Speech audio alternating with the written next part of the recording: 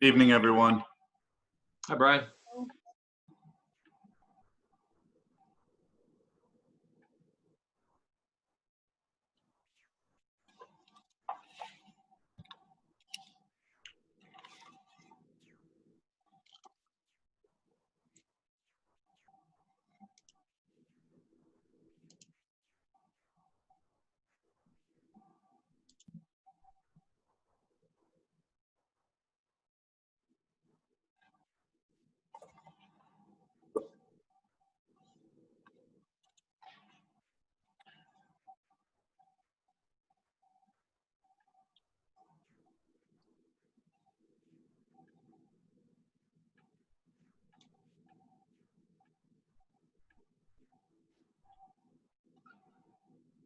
So, Rich, were they able to fix the air conditioning today at the court? No, when I left, it was still really warm there. So I'll be back there tomorrow at 8:30. I'll see if it's cool tomorrow. But yeah, this morning it was really hot. Okay. Yeah, it was like walking into air conditioning when I walked out the back door.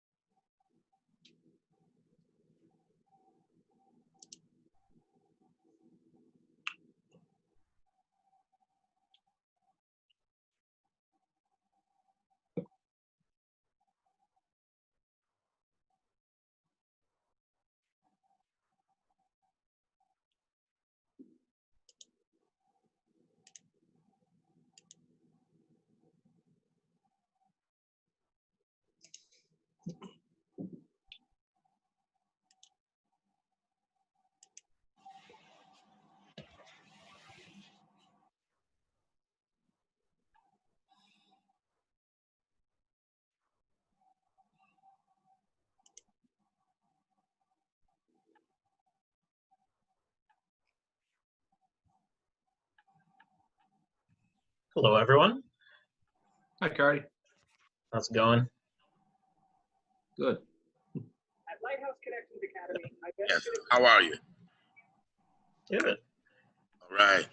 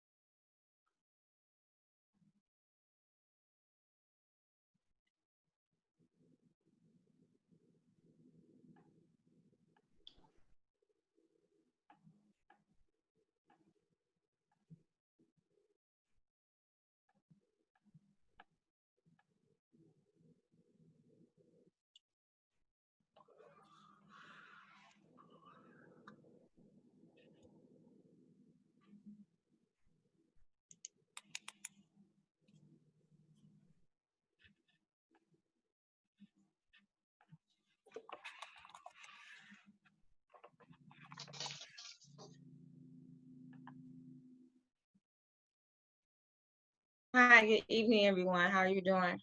Hello, Madam Mayor. Good evening. Hello. Hi. Now, you all know I am on vacation, right? So I am doing this whole, looking at the agenda online. So it might be a little bit slow.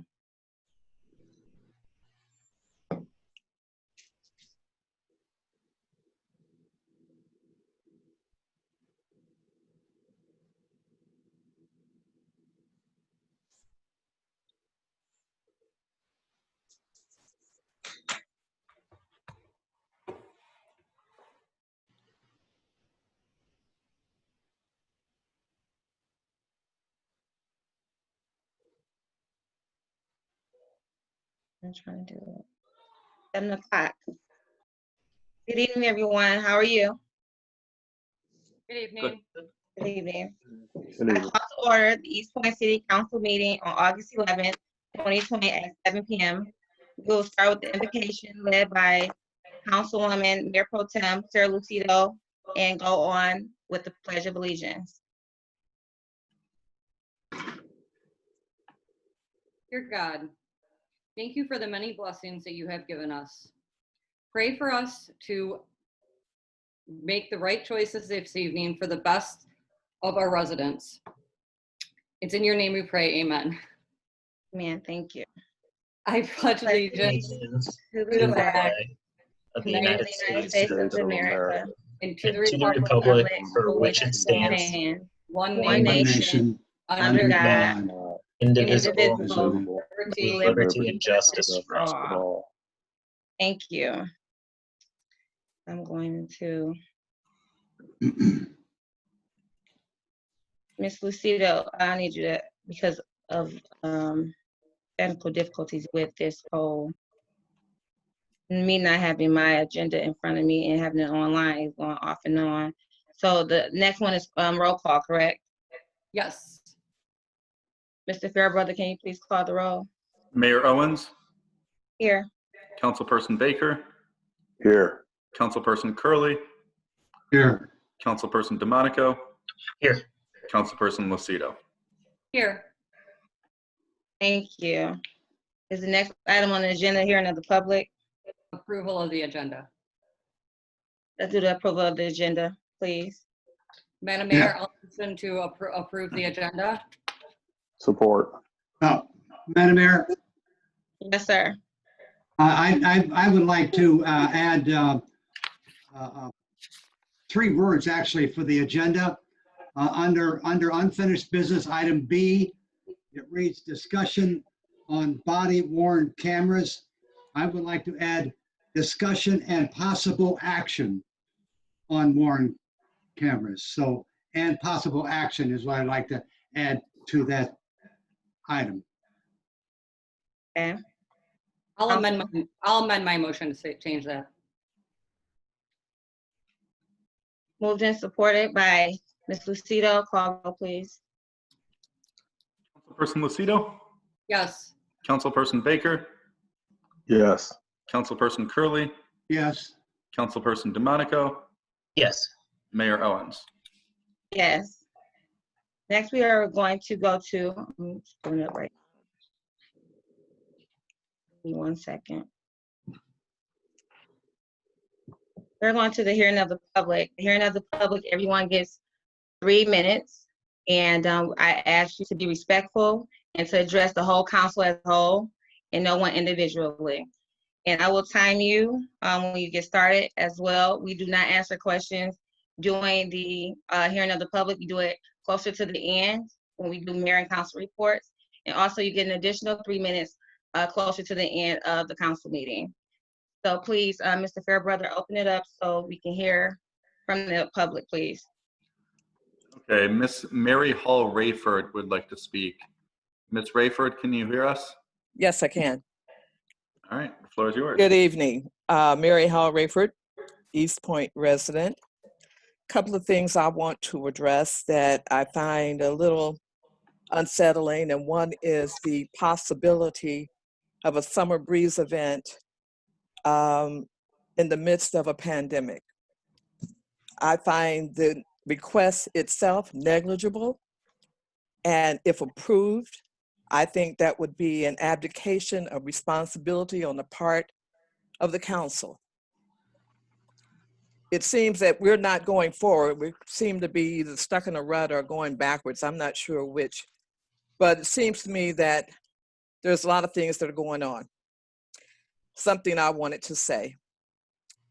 Greatness is not determined by what we do for self, but by what we do for others.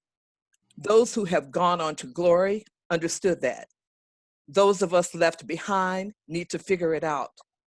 Efforts to achieve or claim greatness by any individual is an effort in futility, because those attempts will usually end up in a pit of humiliation and shame. If we are to do what John Lewis directs us to do, we must get in the way and make good trouble, to right any perceived wrongs, and we must do it with humility and determination to work for the cause of all, not just self. And if there is any greatness to acclaim, we must get out of our own way and let others proclaim it.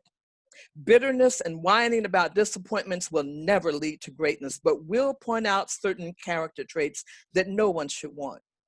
Perseverance and consistency, doing what's right at all times, will take us onto a path where others declare our greatness for all to hear.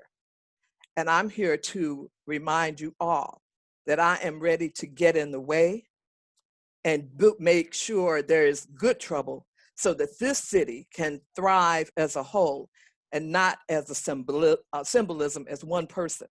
We are a family town, and we should act like we are a family town. Thank you. Thank you, Ms. Rayford. Do we have anybody else that would like to have something to say tonight?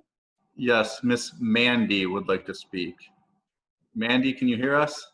Yes, I can hear you. Can you hear me? Yes. Yes, ma'am, we can hear you. I also wanted to touch on the summer breeze.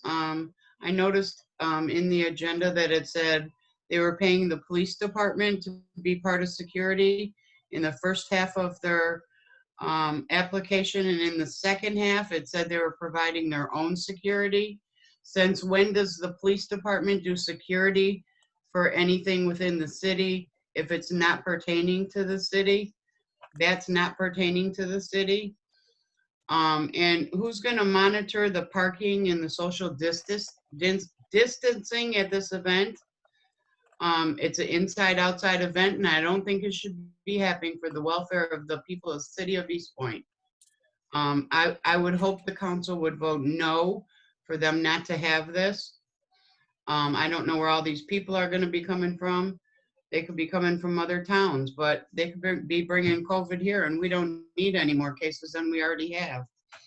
My second issue was the sale of the properties for $1. I don't know if it's already sealed, signed, sealed, and delivered or what, but they were never posted to the residents and offered to us before they were sold to this gentleman for $1. And where is the next list of properties that are available? Who needs to be contacted in regards to that? There's a new business on the corner of Veronica and Kelly Road within the dental office.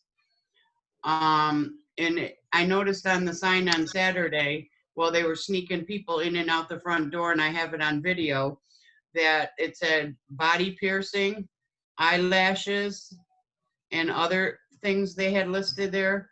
I have video of that and the sign they had posted today. They have a new sign up, and I think that needs to be checked into. I don't know who the owner of that building is, but I thought we had to have tattooing pre-approved through city council as well as the business. And I worked the elections and it was really short this year. And I want to send a special thank you out to Miss Elke Doom, Brian, Kimmy. We were all very short at all the polls. They went the extra mile to help out all the workers. And I just want to say for myself that I really appreciate it. And I appreciate you checking on us and how things were going at the polls. That's it. Thank you, ma'am. Anyone else, brother? Yes, there is an individual who just says iPad, so I don't know who this is, but the individual by the name of iPad. Can you hear us? The floor is yours.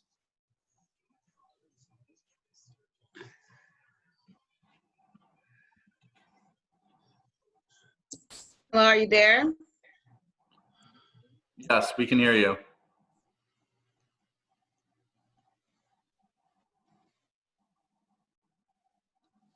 Mr. Alright. Fairbrother, can you go over for some of the residents and how Yes. they can please? Well, Gerbina, less helping, Gerbina.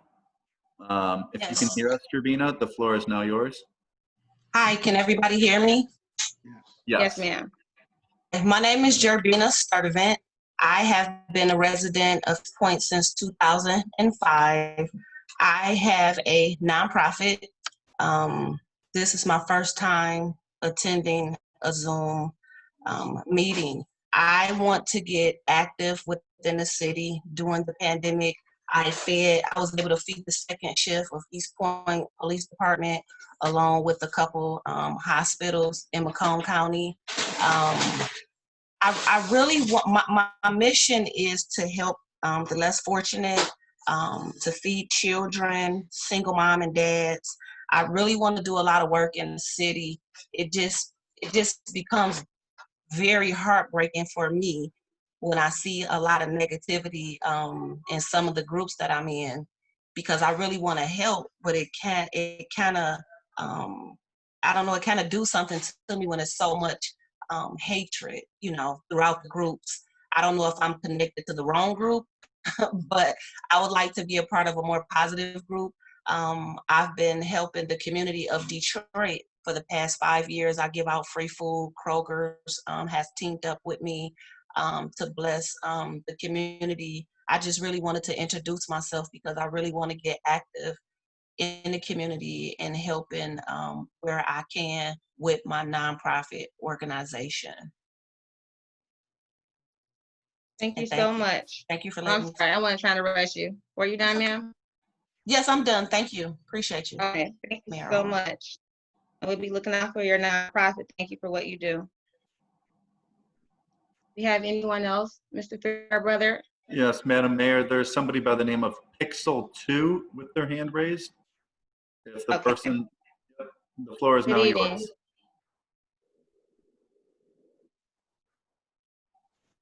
Good evening.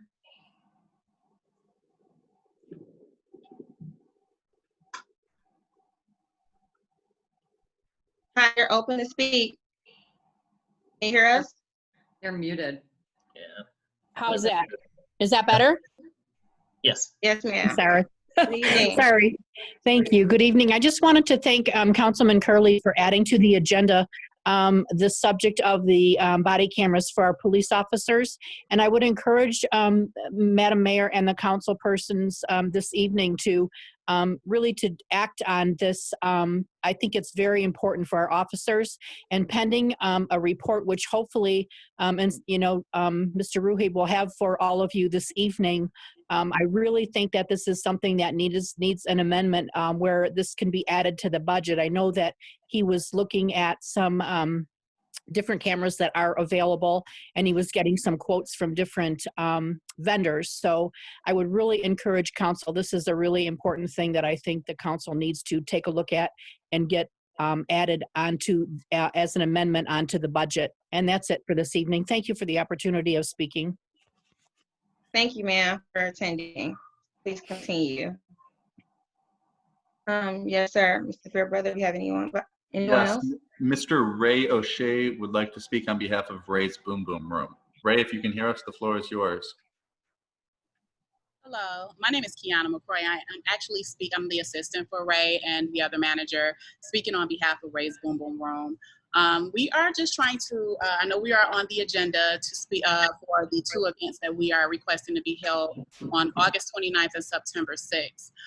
We have license to conduct outside and inside sales. We are not trying to do inside business at this time due to mandates set forth by the government. However, we are trying to operate safely in conjunction with the mandate, but just being able to just reestablish business. I understand that we have COVID-19. We're doing everything in our power to social distance properly. However, we have been closed since March, I believe it was. So we are just humbly asking for approval to be able to hold events and just be able to get a new normal and what we have to do due to the pandemic. But again, it will be outside social distancing. The only inside usage will be the restrooms. Are you done, ma'am? Yes, I'm sorry, and this is the first meeting. I'm not really sure how the protocol goes. I don't know, if we speak before or we answer questions later, but I did want to speak, on behalf to be able to address some of the things that I heard earlier, and just to humbly request that we can get approval to be able to operate in some sort of fashion. Okay. Yeah, you get 3 minutes in the beginning, and then another additional 3 minutes at the end. We don't really speak on certain things till afterwards. So, but we will be making a decision, shortly about that. But we appreciate you having some say. So, we're going to hear another public. That's the whole point of having it. Hear what you have to say and how you feel before we address it. So, thank you for attending. If you would like to stay on to the end and see what happens, then that's fine too. It's up to you. Okay. Thank you. Thank you, ma'am. Have anybody else, Mr. Fairbrother? Madam Mayor, at this time, I see no other hands raised, so I believe it is safe to close the floor. Okay, thank you so much. Sure everybody has a fair chance. Sometimes this whole Zoom thing is new to everyone. Now that we are now closing the hearing of the public, we are going to move to the approval of the agenda for July 21st, 2024, our regular meeting. Madam Mayor, I'll motion to approve the minutes for July 21st, 2020 regular meeting. Support. Moved and supported. Please call the roll. Councilperson Lucido, Yes. Councilperson DeMonico, Yes. Mayor Owens, Yes. Councilperson Baker, Yes. Councilperson Curley. Yes. Thank you. We have no scheduled hearings tonight. We're gonna go to unfinished business, starting with the second reading and adoption of ordinance number 1199, amend chapter 12, article 7, tattoo parlors. Sure, Madam Mayor, I'll motion that we give second reading to and adopt ordinance number 1199, which amends chapter 12, article 7, tattoo parlors. Support. We have motion and support. Any conversation on this, council? Nope. Great. Seeing none, let's go to roll call, please. Councilperson DeMonico, Yes. Councilperson Baker, Yes. Councilperson Curley, Yes. Councilperson Lucido, Yes. Mayor Owens. Yes, thank you. Next item is discussion on body worn cameras. Council, would you like to discuss this? Because I know later on we added it to the agenda also to amend to make a decision tonight as well. I'd be happy to hear from Mr. Kaiser and Mr. Rohib first, probably before any questions, myself at least. Okay. Chief, Deputy Chief Kaiser, are you on here? And Director, are you on here? We're both here. Good evening, Mayor. Good evening, Council. How are you? Yeah, we're sharing offices. I don't have a camera on my computer, so we'll do our best. Can you hear us? Can you hear me okay? I can hear you. We can hear you, we can hear you, we can see you. Okay. Just a rough overview. You have both my reports that I compiled. I sent them over to Ms. Doom. This has been probably about a 4 to 5 week process, obtaining different prices and features. We selected 3 reputable companies that deal with body cams and in-car cameras. We did our research with other police agencies, and I must say it was pretty difficult because of the COVID. It was very hard to get information from certain vendors. You know, they're dealing with several other police agencies that are interested in buying cameras. Plus, their staffing levels are probably they're at half the levels right now. So the numbers that you see, I'm pretty confident that they're about 90% accurate. They may fluctuate, but until these vendors actually come out and do an assessment of the entire police department, they'll be more accurate. But for now, I am confident they're at least 90% accurate. And there's a lot involved, you know, with the hardware and the software. But the main thing is that I want to express, we talked about body cameras, but if you want to do this project properly, this is a big investment and it's going to last a long time. You have to purchase the in-car cameras along with the body cameras at the same time. If you don't do it, it's not going to make any sense. You want both systems to sync with one another so you get the best views, the best audio and video. Now, our in-car cameras are about 4 years old. Some of them are going on 5 years old. The warranty expires this year. So what we did, we planned on for next year to budget, you know, for the whole thing. But in light of what's been going on in the world, this is a perfect opportunity to do it. But again, if we're going to do it, I would like to do it the proper way. It's like almost buying a car and putting snow tires on the front and your rear tires are bald. It doesn't make any sense to do it that way. The main thing is you have to understand there are initial costs to the purchase of the body cameras and the in-car cameras. There's hardware, there's software. I mean, one vendor offers or actually 2 vendors have the cloud. The other one has just a server. But the main thing is there's initial yearly cost to this thing. That involves warranties and things of that nature. If you look at the bid from Axon, it's not really apples to apples to the other 2 vendors, because in year 3 and 5, Axon, in year 3, they replace all the body cameras in that quote. Year 5, they replace all the in-car cameras. And the body cameras again. Yes, so that's how technology goes. We replace our cell phones every 3 or 4 years. We replace our computers. That's the same thing with these body cameras and in-car cameras. We're constantly, there's going to be a yearly fee no matter what. And usually after 5 to 6 years, we're going to have to be replacing all the cameras and most of the software and hardware. So just so that you know that this is just a one fee deal, it's not. It's ongoing, but in the long run, this is a win-win thing. You can't lose on the cameras. I mean, you want to be transparent. We want to use that word, or accountable. They're great for collecting evidence. The officer can review the video. Matter of fact, we just had it was a lawsuit, and luckily we had cameras that saved us, from false claims. The only con is the cost, the ongoing cost, the initial and the ongoing cost. That is it. Win-win. We would like more time. One of the companies, Axon, wants to offer us the cameras so the officers can demo. We haven't had time to do that yet. They're trying to set something up with us now.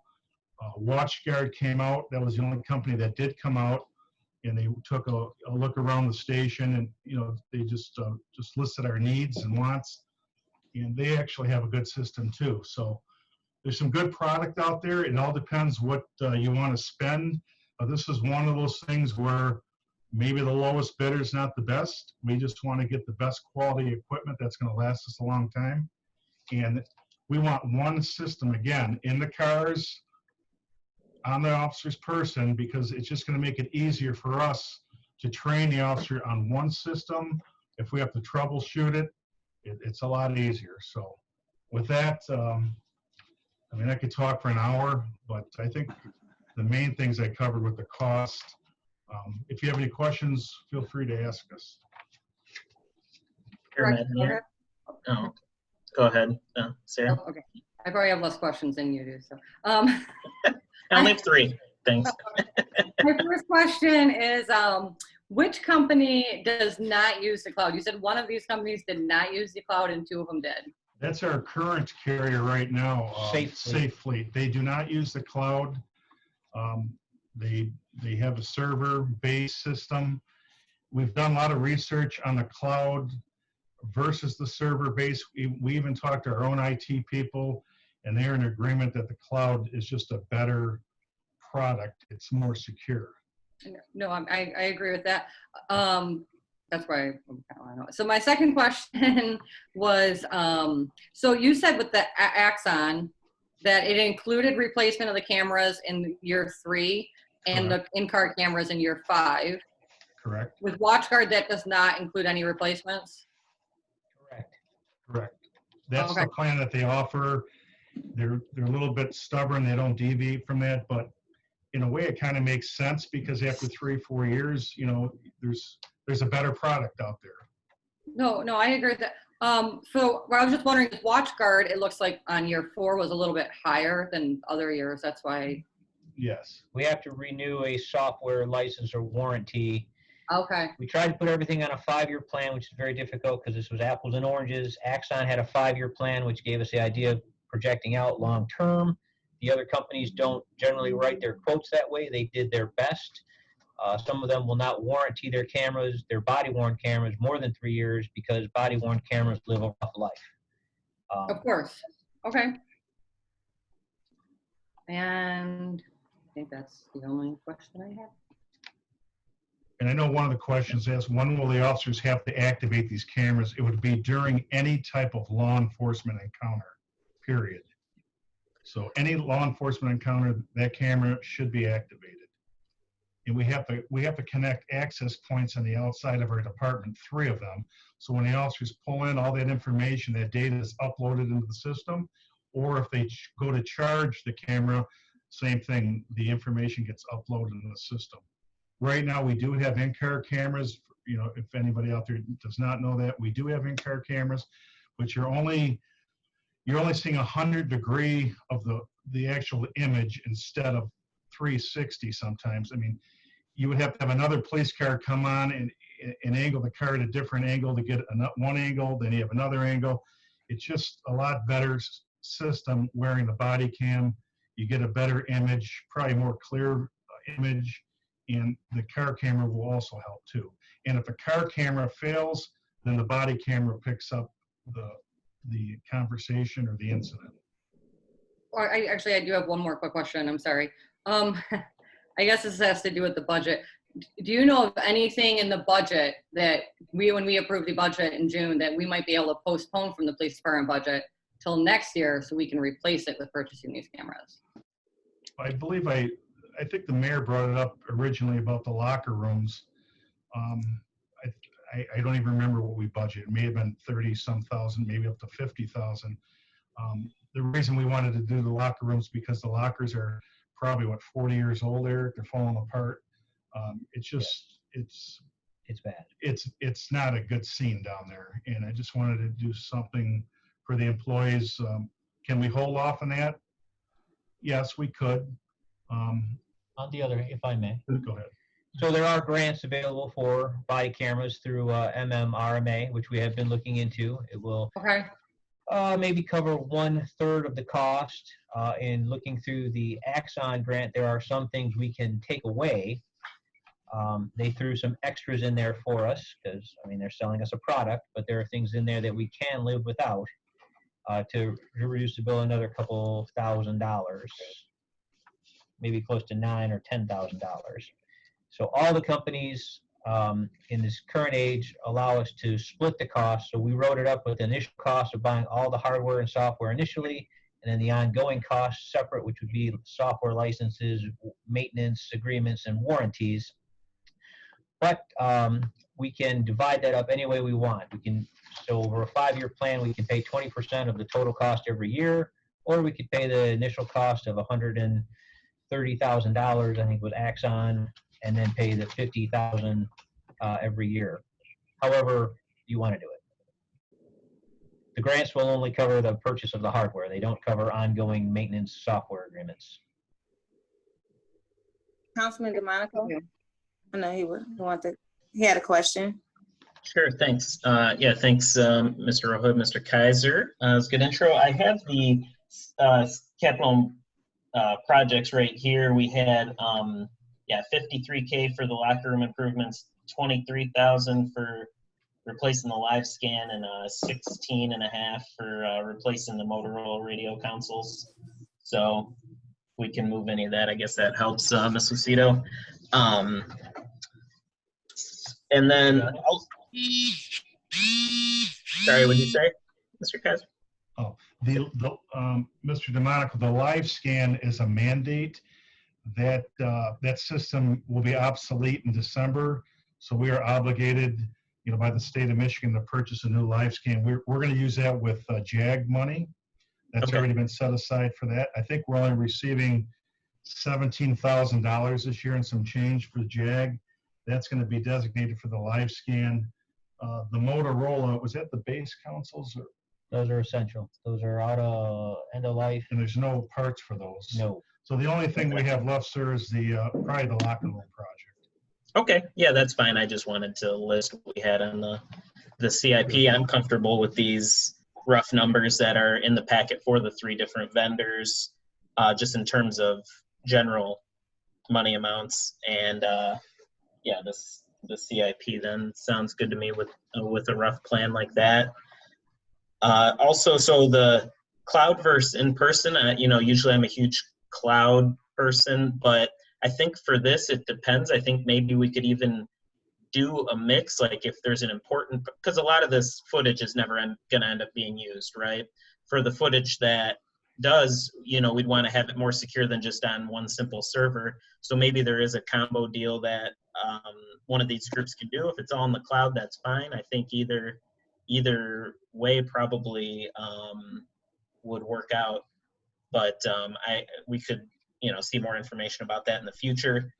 And then about these 3 bids, I do appreciate all the information you put together, but I think just in general, we go through Mitten, we still need to, I believe we need to post this on Mitten. We would put all these requirements together that are in the packet here. I think this is very good. Just make sure that anyone that bids would hit all these different bullet points that we need. Maybe give a couple different options for a couple different things. I think I like the idea, especially with these prices of the dash cams and the body cams working together. I think that seems reasonable to me in replacing those at this time. And then just the last thing, I did want to know what the rest of council thought about the policy as to when the body cams are turned on. So one of those 2 documents I sent out when I first put this on the agenda, there's essentially like 2 different policies, I guess, as Mr.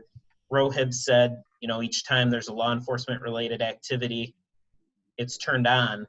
The other option is just anytime interacting with a citizen to turn it on. It looks like, so 75% of police departments do one of those 2 options according to this study.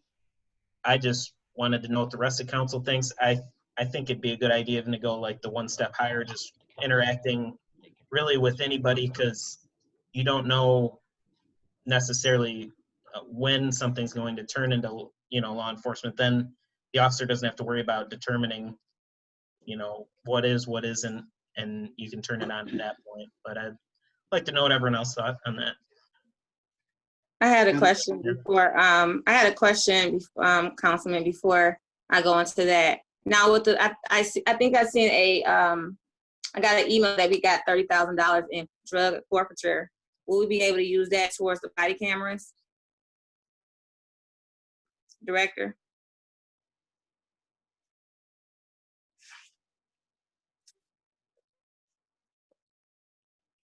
Director, still there? Couldn't hear what you said.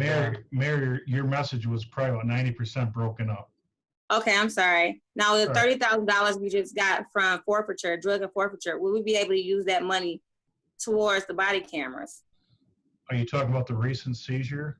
Yes, or in before that.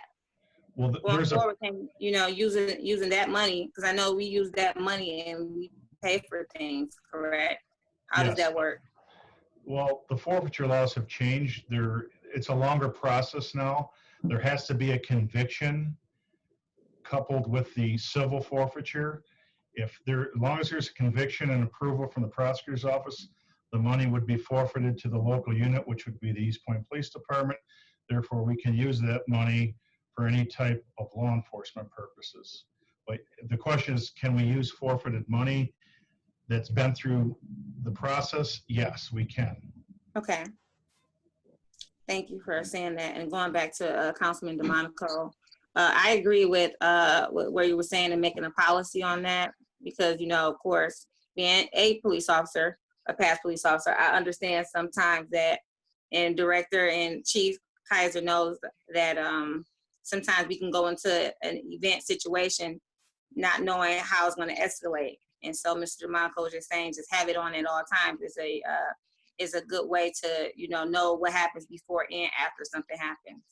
So I don't know, Director, do you have anything written out towards that, you know, to help us put that policy together that you've seen that other communities have done to be more, you know, standing on making sure those cameras are on at all times, not just, you know, just pulling somebody over or it's a run or something like that, just, you know, having it on at all times? What we could do is we can develop a policy and we will submit it to council. Okay. And then all of you will review it, and then we can, I guess we can debate it, go back and forth. I mean, there's a lot of policies out there, but we need to have a policy that best fits the needs of the department and the community. And so my suggestion is, let's give us a few weeks to develop a policy based on the assumption that we're going to get cameras, and then we can have this maybe in 2-3 weeks, another discussion about it, and open. We can make changes, we can take things out, we can add things in. Sounds good to me. Madam Mayor? All council? Yes, sir. Thank you, Madam Mayor. Couple things. First of all, I think I told you before, the other 4 people on the council are brilliantly intelligent about when it comes to computers, and I don't know a thing about clouds except I would look up in the air, sky, and look at the clouds and pretend what kind of animal they look like. That's all I know about clouds. But I'm thrilled to death about this has come up. You know, on June 16th, the council discussed the body cams, and now tonight, August 11th, we're talking about it again. I guess the first question, Chief, would be how soon can we actually have something in front of us to, a motion and to vote on. I don't, whoa, excuse me. We can get with the Mr. Fairbrother as early as tomorrow. We have all the written specs out. We can put it on Mitten. We can inform the vendors that it will be on Mitten.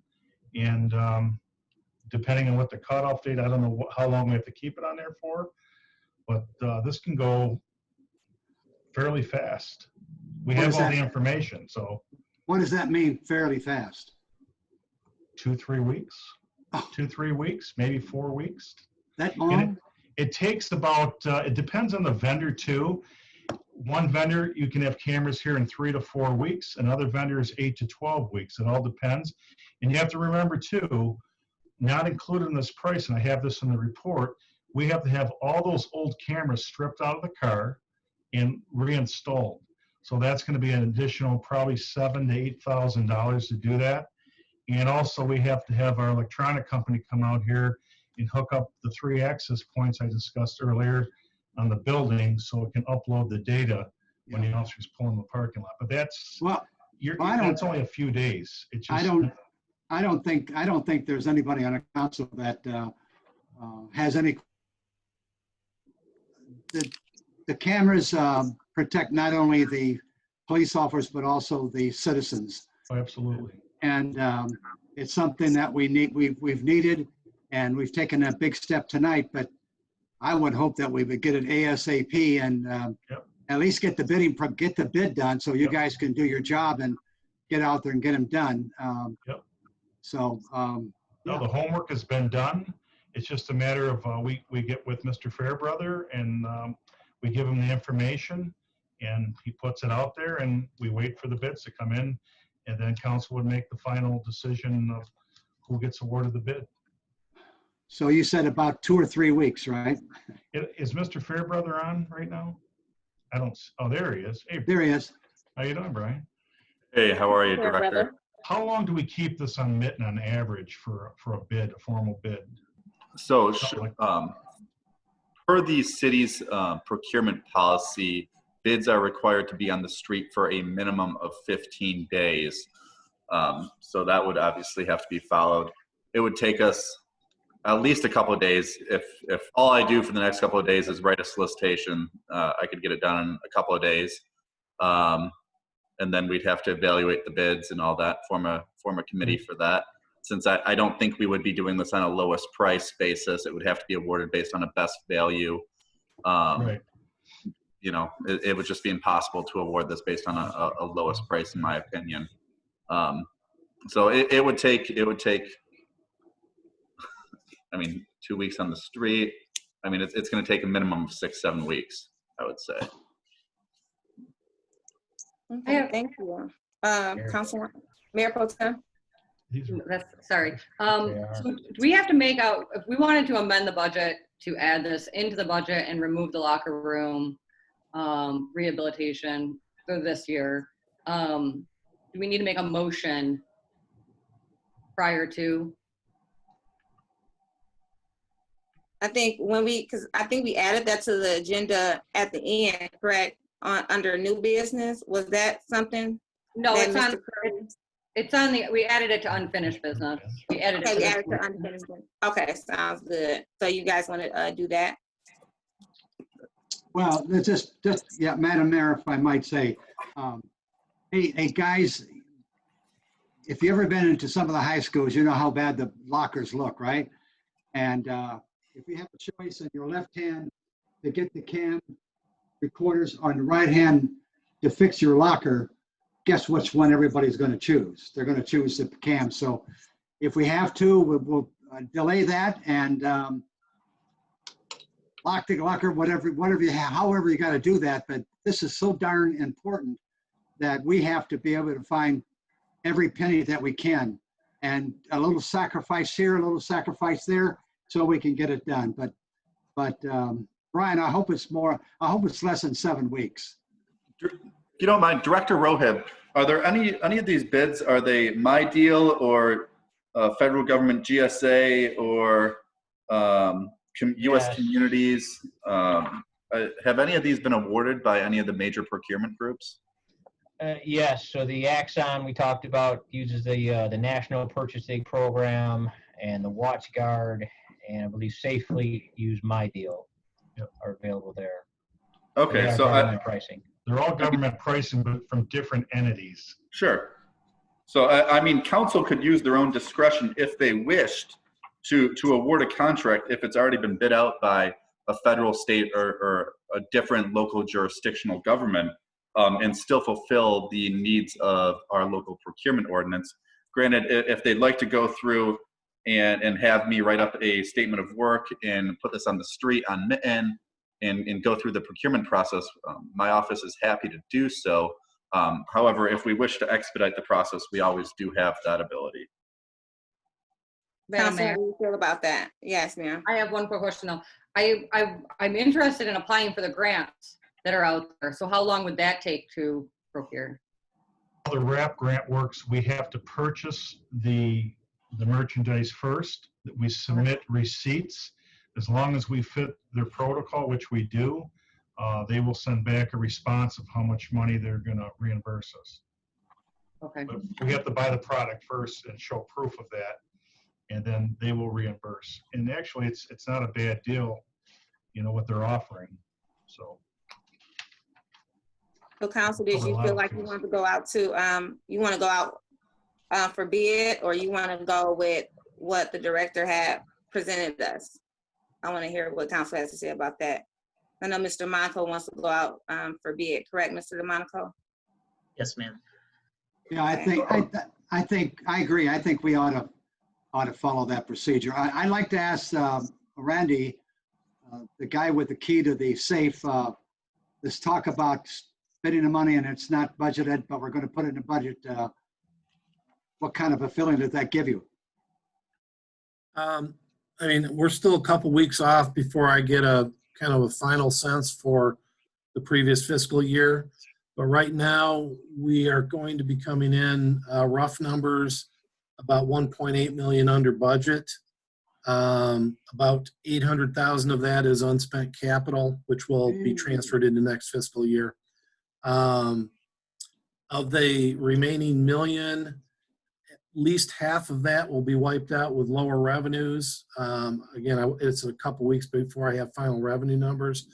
But I think we will be under budget enough that this is not going to be a problem, with or without locker rooms. I mean, we could do both. So I'm comfortable with spending that. Yeah. Madam Mayor, just one more last statement, if you allow me. Yes, sir.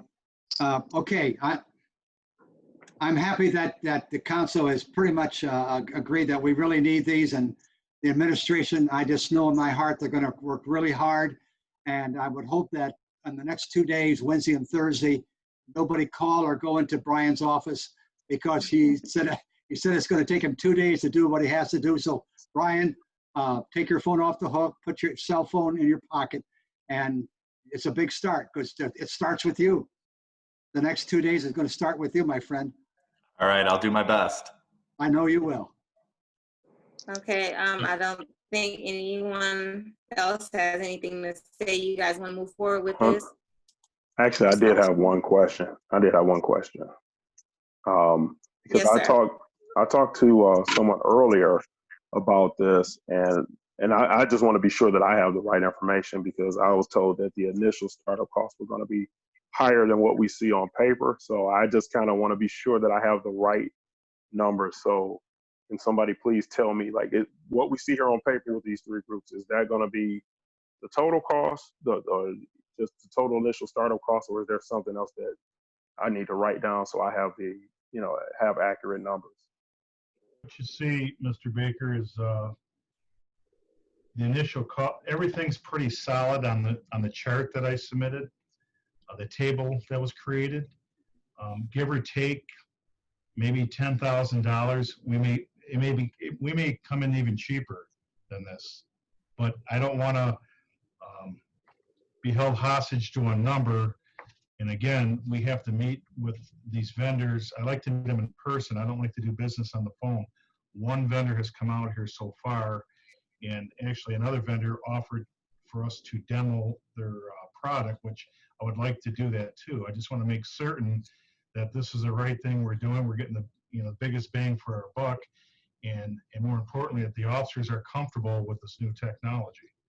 But in respect to the numbers, they're very, very accurate. Okay, that was all. I just wanted to make sure I had the right stuff. Yes. So thank you. You're welcome. Okay, so what we're doing is pretty much, I think Councilwoman was talking about amending the budget to not putting the money that we were gonna spend on the lockers and putting it onto the body cameras, correct? Madam Mayor, I at this time, I don't know if we really need to make a motion. Maybe we should just wait until we get our bids back. If we're gonna put it out on Mitten, but maybe we can just kind of give them the go ahead to put it out for bid. So yeah, let's start with that. Let's start with putting it out for bid, and also the director can start working on the policy for the body cameras and doing some research on that. How does that sound? No, that sounds good for me. And the only other thing would be to maybe during this time while it's out for bid, have him meet with the other vendors, Mr. Rohib, like he said, like he had mentioned, because I agree, I think meeting with them and maybe even having the officers try some different body cameras while it's out for bid might be an advantage instead of like just rushing into buying something, making sure we get the best quality product. I agree. I just Any more had discussion on this? Yeah, just one small point on the going out to Mitten. And I was going to bring this up for the street sweeper later. Just, I guess, actually two small points, I guess, about which, when we do the government pricing, we've used state and county pricing before without going out competitively to bid, but there's all these private companies that do like competitive bidding. I think we should have a discussion sometime, doesn't need to be tonight for sure, about which of those we'll accept, so we kind of know ahead of time without it just coming in. But I can touch on that a little more with the street sweeper later. But then also, and I think this is what we should do on many other bids, because I'd like to not always just award to the cheapest vendor. I think everyone agrees here that cheapest is definitely not always best, or, if ever. And I'd like to see then the documents that are submitted by each vendor, because we'll need that to kind of determine this. It's not just one price. We need to see, as you can see, the director had to put a lengthy presentation together. So I just want to make sure council sees those documents then, so we can make the right decision then after the Mitten bid's over. Sounds good. Any more discussion on body cameras? Okay, let's make a motion, please. All right, I'll just motion we go out to bid on Mitten for body cameras. Support. Moved and supported. I think Mayor Pro Tem won that one. So call the roll, please. All right, Councilperson DeMonico, Yes. Councilperson Lucido, Yes. Mayor Owens, Yes. Councilperson Baker, Yes. and Councilperson Curley. Absolutely. Sounds good.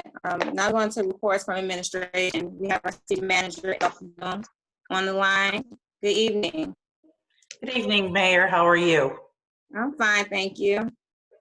Well, I'd like to start by saying what a year, 2020. COVID is still with us. We thought it'd be gone by now, but we still have cases springing up in the state.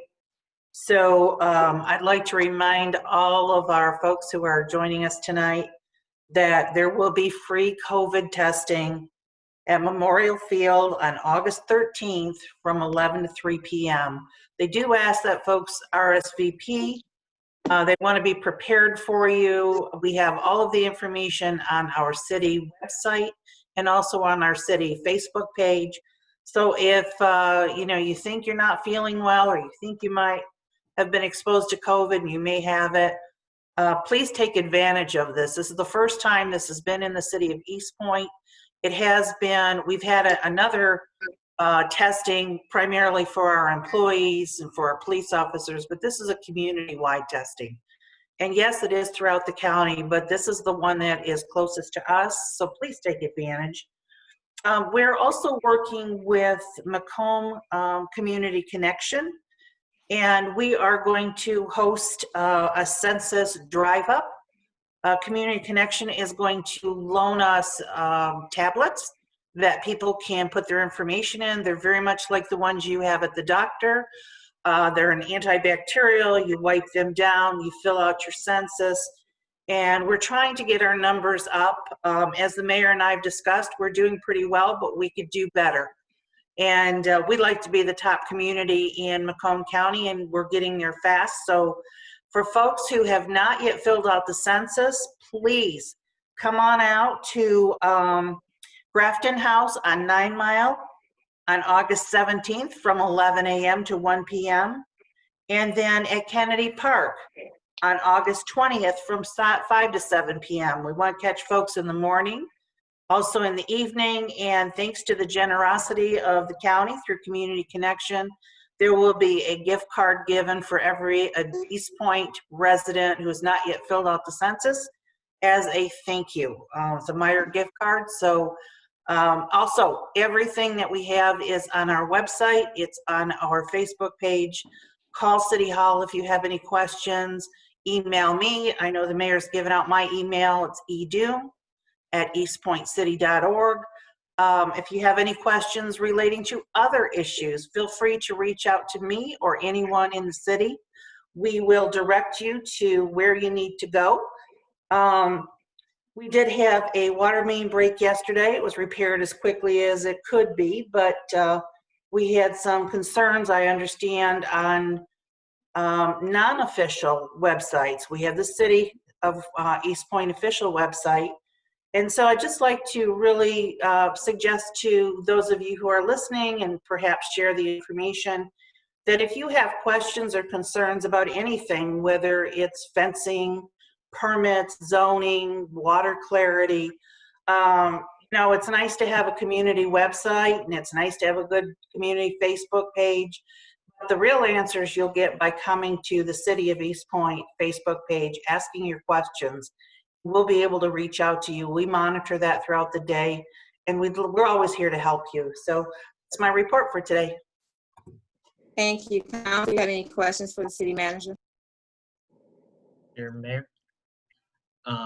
Ms. Doom, I had a question about the census. I jumped on a Zoom session with Congressman Levin and Lieutenant Governor Gilchrist. They said that the canvassing will begin today. I didn't know if you had any information about specifically Eastpointe. That was across the state. They're starting today. But I just wanted people to, I guess, be aware if anyone's walking around and asking questions or trying to fulfill the rest of the census responses. But I don't know if you had any Eastpointe specific information. No, I have nothing specific to Eastpointe. I have the same information you have, August and September. They'll be going out door to door. Of course, they'll be very careful with their gloves and their masks on, trying to reach people, because every person who's counted with the census is money that comes back to the city.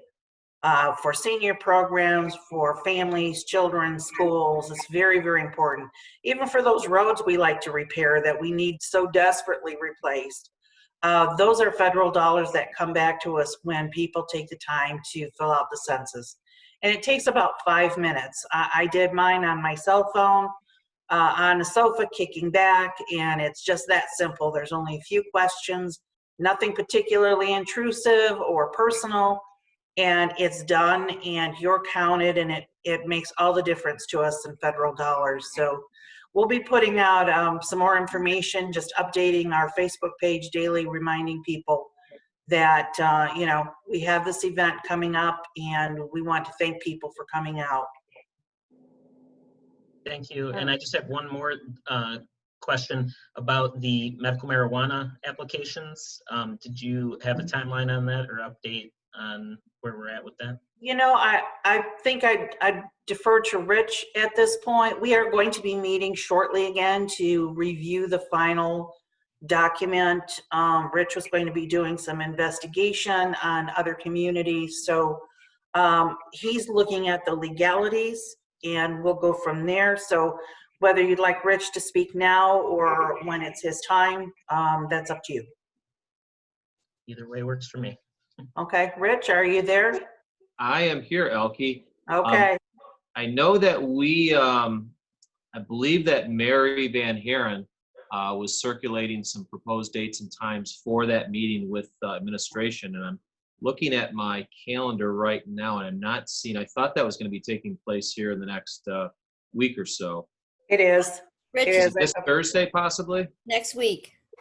Oh, next week. Hi, Kim. Next week. And I have some things I'm going to email to the committee and the group that's working on this tomorrow morning. Okay, I see that. Next week, Thursday, 9 a.m. at City Hall. Okay. Yep. Thank you. That's all.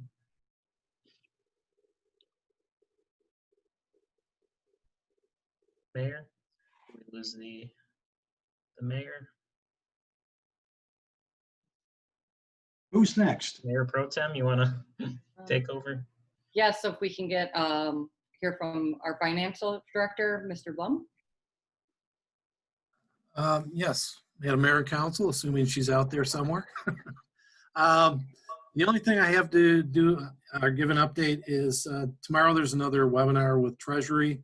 They will be giving us updates on revenue share projections, some of the things the state's going to do with the CARES money, as well as updates on the various grants that we submitted for, what the status is. Most of them, they are supposed to be dispersing the money by September 15th. So I'm hoping to hear a little bit more on that tomorrow. So you'll hear more next meeting, but just so you know that the Treasury is keeping us updated on those kind of things. And that's all I had.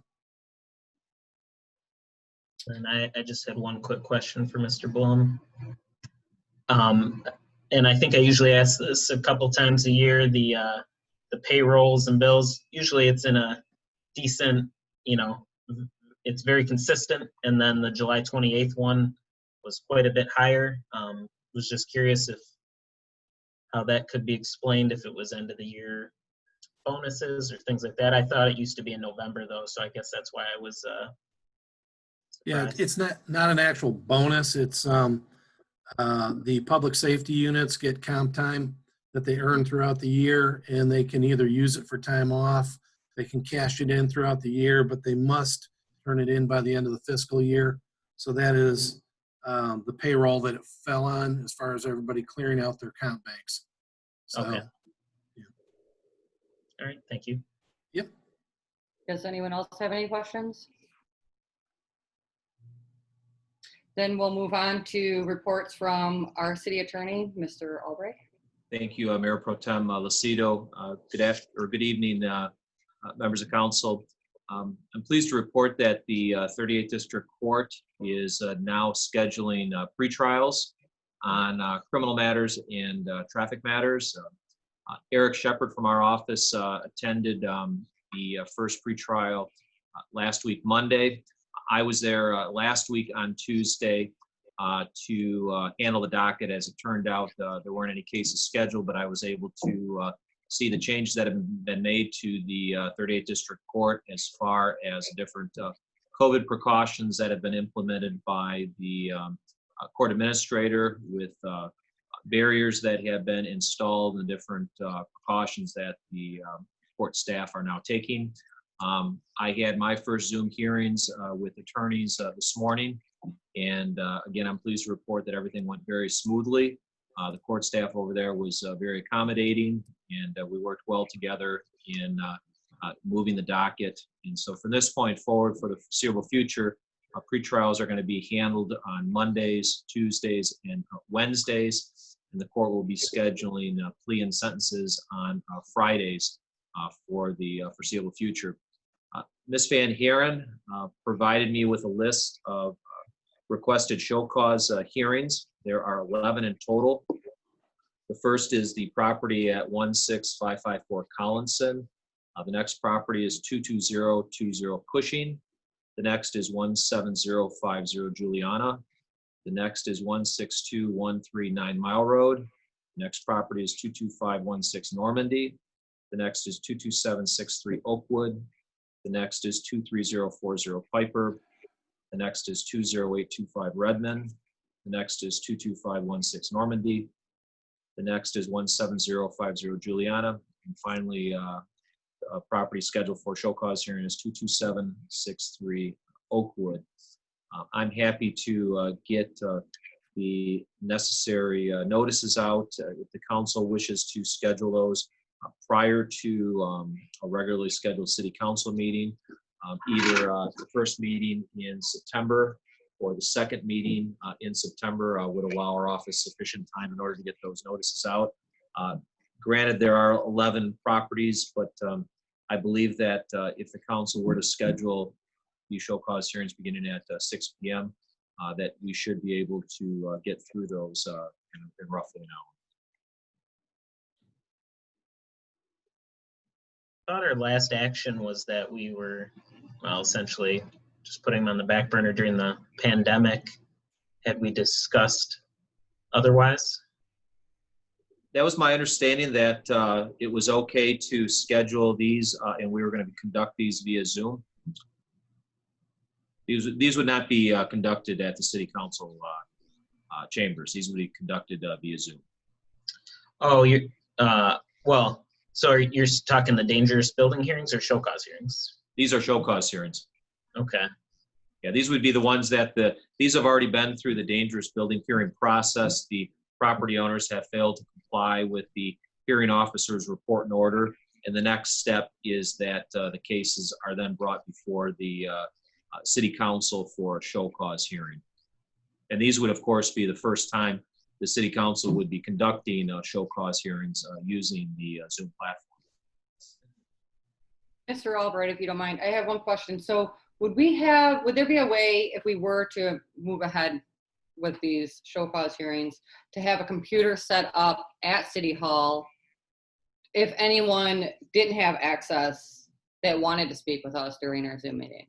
I guess that would be a question for Steve. Yeah, I'm going to have to defer to Brian on that. Brian, is that something that could be done?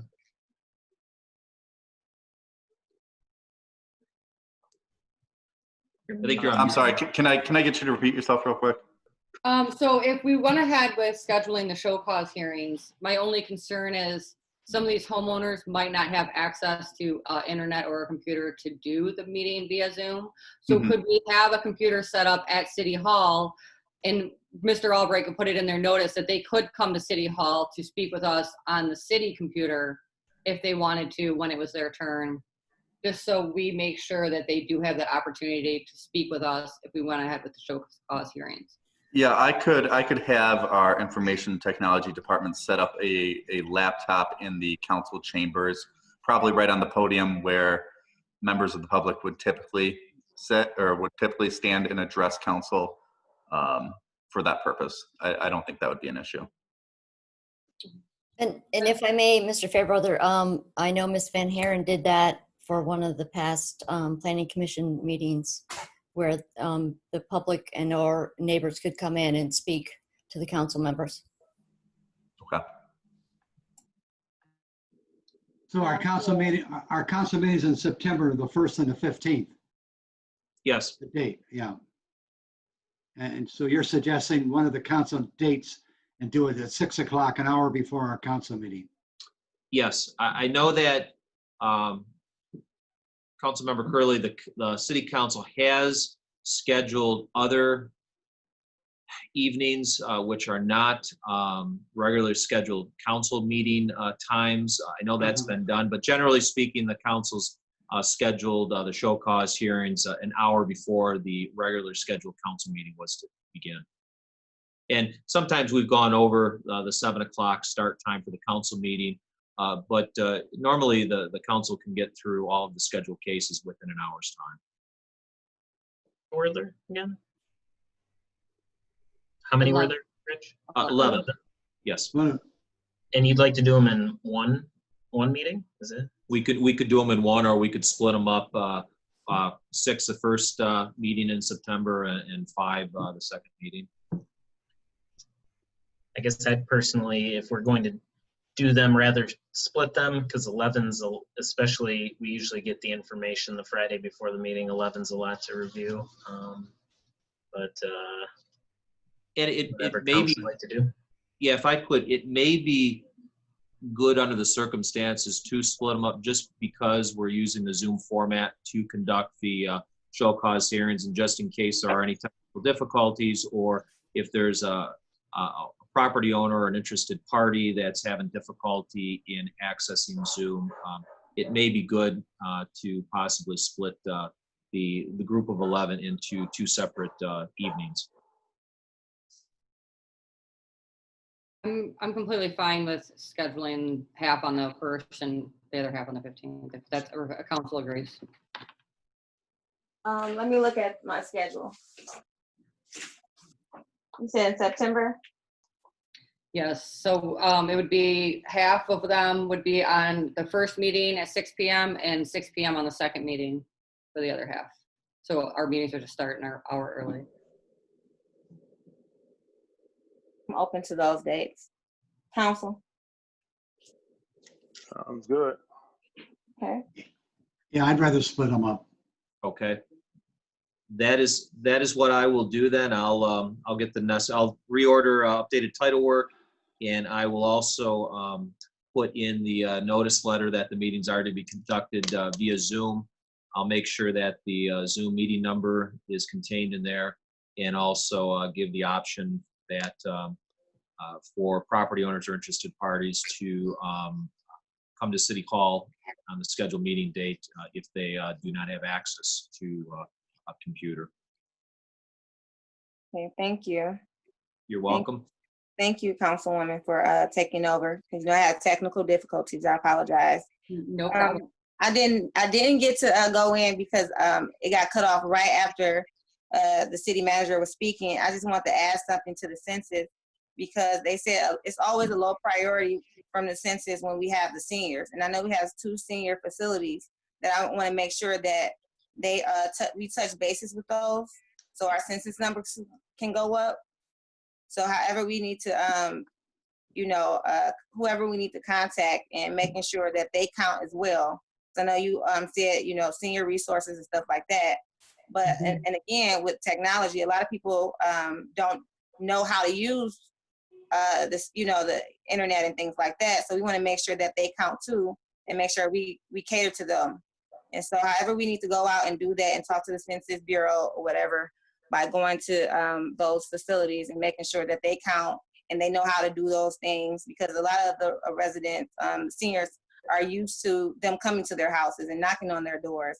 And now due to COVID, now everything is, on the internet. And a lot of, not even seniors, but a lot of new people don't know how to use the internet. So I just want to make sure that they have access to, being supported in that area as well. And also reaching out to them, because I know I spoke to a lot of the seniors, and they were saying that they never got COVID-19 testing. No one catered to them and things like that. And they are the most group of people that are getting affected by COVID-19. And I want to make sure that we pay attention to our seniors. And, so I know we have the facility in Eastpointe that's coming to do the testing. We had one before, and I reached out to them, which was access, to make sure that we catered to the seniors. And they just said it was so many people calling for that resource that they wasn't able to come back and cater to the seniors. But now that it's in our city, I want us to make sure that they have transportation or accessibility to get those testing. So, Ms. Dunn? Yes. Oh. I thought I was on mute. Yes, I hear you, Mayor. I will reach out to the senior center. Tomorrow is when we're going up to the county to, the county extension office to gather up the tablets. Now, just because we have these on electronic tablets, we are happy to help anyone. It's not simply we hand it to you and you try and figure out how to work this. We'll be able to assist in any way possible for people who are not so computer savvy. And I will bring up the concern about reaching the seniors. Do they have plans? I'll get a little bit more information tomorrow afternoon when we go up there to gather up the gift cards and the tablets. Okay, that sounds good. I appreciate that. All right. I think the seniors would definitely sign up if they know they're getting some free groceries too. So let's make sure that we reach out to them and make them feel counted. So I'll reach out to them tomorrow morning. Okay, thank you. Mhm. So let's move forward to new business. The approval of utility easement in Spindler Park for Verizon Wireless. I had a comment on this, and I know they're paying us $1,000 to do that. Is that, we can't get more from that, Ms. Dunn? I'm going to defer to Mary. Are you on with us? I know she's going on vacation this week, but did ask her to join us tonight. Ms. I Van don't Haren? see her, yeah, don't see her here. No, I would, now is Mr. Abraham with us? No, he's not with Yes, us. ma'am, I am. Ma'am, I Oh, am. there you are.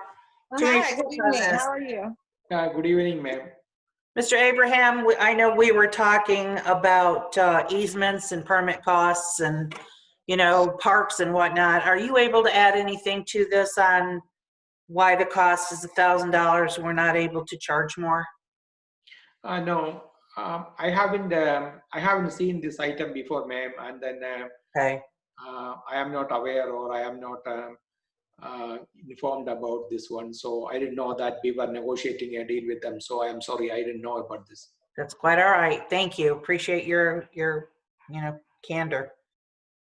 Yeah.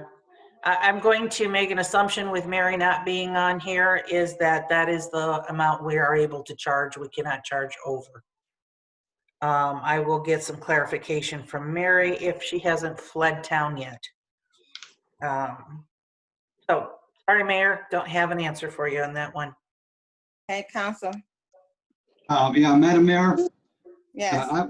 I would move to authorize the city manager to execute all necessary documents related to a 10-foot wide utility easement agreement with Solo Partnership DBA Verizon Wireless for the installation of 2 new conduits for fiber optic lines to be installed in Spindler Park pursuant to the survey installed by means of directional drilling. Support. Moved and supported, call the roll.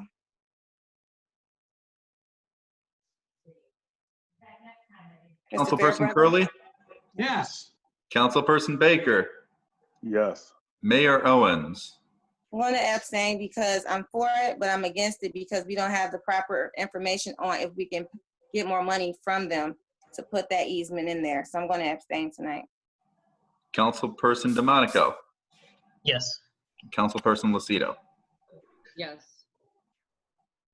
Going forward, the introduction and first reading ordinance number 1200 to amend chapter 50 zoning, article 4 administration and enforcement, section 50 through 30 penalty, equitable remedies.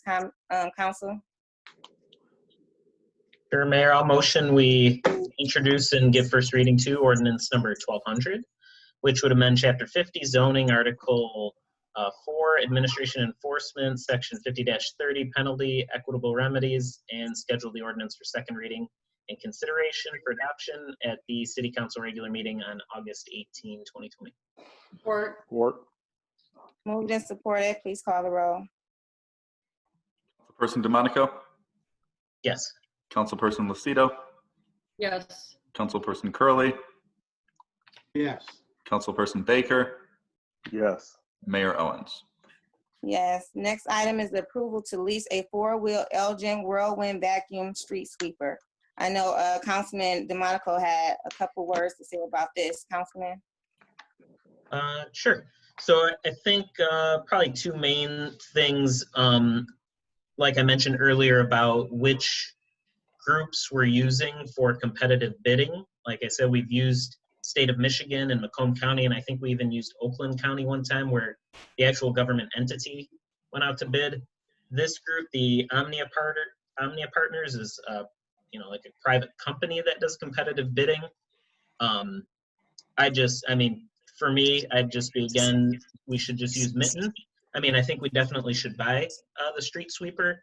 But then the second point was just that, and I had asked Randy about possible options instead of if we can get around paying any interest. He talked about possibly the general fund just loaning the money to the motor pool fund instead, and then I think that saves us a little bit of money, but I think I'd essentially defer to whatever Randy thinks best. I thought I'd just throw a couple other options out there. But when I seen it, it looks like we're leasing it, but to buy it seems cheaper. And then when we lease it and we, it's interest put on that, leasing it as well when we borrow the money. Mr. Blum, would you like to speak on that? Yes, I had responded to Councilman DeMonico's request through an email, but this would be purchased out of the motor pool fund, which is separate and independent from anything else. It does not have enough cash to pay for this up front. No matter what happens, it's going to have to be financed, whether it's leased through this agreement. We could loan the money from general fund to the motor pool with an interest rate. We could do less than the lease and save a little bit of money there. The lease itself is cheaper than if we went out to a bank, and got equivalent of a car loan, because that's really what we would end up doing. But either way, the motor pool will have to pay some interest to get this piece of equipment right now. It's just a matter of who we finance it through. And the general fund is an option. So Okay. we could do that, and instead we could effectively buy it and then loan the money from general to motor pool. So, Council, did you hear that part? Because if we do the loan, we are paying interest, and then we're paying actually more money that it actually costs plus interest rate. So if we borrow from ourselves, we're paying ourselves back. I agree, Madam Mayor. My only thing is I agree with Mr. DeMonico also that I'm not really sure why we didn't go out on Mitten to bid this project. Well, Madam Mayor, can I address that? Yeah, I still agree with that. Let's do that. We can still do that, correct? We're always gonna do that. But even moving forward, because we still gotta pay for it. Moving forward, we need to use our own money and just, pay for it and not get a loan for it, because those interest rates is, really high, and to lease it was more money than to buy it, so that was my whole concern on that. Madam Mayor, I can answer the concerns raised by Councilman DeMonico and then Councilperson Sarah with respect to why we have not purchased this or leasing this through Mitten. The answer is, this is a contract awarded by City of Rochester Hills to Bell Equipment, the sole distributor of Elgin Street Sweeper in Michigan. The National Intergovernmental Purchasing Alliance, that is called NEPA, issued an RFP, request for proposal, to 150 vendors throughout the country, and 4 vendors responded. So it is, as its name suggests, the RFP was issued by National Intergovernmental Purchasing Alliance. That is a consortium of all local governments. It is not a private agency.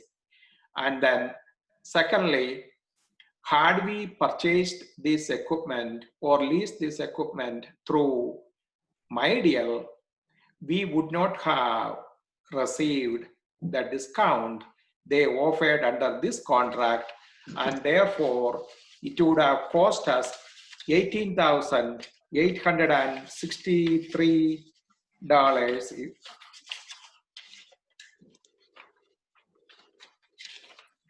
$18,843 more it would have cost us had we purchased the same equipment through MyDeal. So we are getting the very best deal possible through this NEPA contract. If I could respond really quickly, I mean that group is not it is a private company that gets information from public sector, but the previous ones we've done is the state of Michigan goes out to bid and collects them. This is, I mean, from their own website, they say like U.S. Communities and National IPA, both wholly owned subsidiaries of Omnia Partners, all public sector participants, blah, blah, you know, it is a private company, the one that you are talking about here. And other people have, I was just logging in just now, but other people have gone out to bid for street sweepers on Mitten from what I recall researching over the weekend. So I don't know, I guess this is just where we follow so many different things. I don't know why we're not just go out to Mitten every time and then bring it to us. We've got competitive bids then, instead of this, you know, different things throughout different departments of the city. Again, the answer, Councilman, is had I gone through my deal, it would have cost us $18,843. And then secondly, I attached a copy of the agreement executed by and between City of Rochester Hills and then Farmington Hills, Madison Heights, and Bloomfield Township with Bell Equipment. A copy of the agreement or contract is attached to the supporting documents. So again, several of these local municipalities have procured similar equipment, the same equipment actually, Elgin Street Vacuum Street Sweeper. These municipalities purchased through this contract, and then so we are simply tapping into this contract because it is more economical. So Mr. Abraham, first of all, thank you for attending tonight. So what you're saying is that these Elgin Whirlwind vacuum street sweeper, other communities have used the same company, correct? Is that what you're saying? Yes, ma'am. Yes. Okay. And if we would have did Mitten, it would have cost us an additional $18,000. Correct. Okay. Now I understand where we come from. Now I know you understand too why we use Mitten, because we want to make sure we're doing things fair. But at the same time, it's up to council's discretion, as it has been for years, even before I became a mayor, is that we only do things when we don't go to Mitten to save money and to go the best route, you know, for our city. So some things we won't go through a bidding process depending upon the circumstances. So I hope everybody understands that part, that we always try to do things transparent and ethical.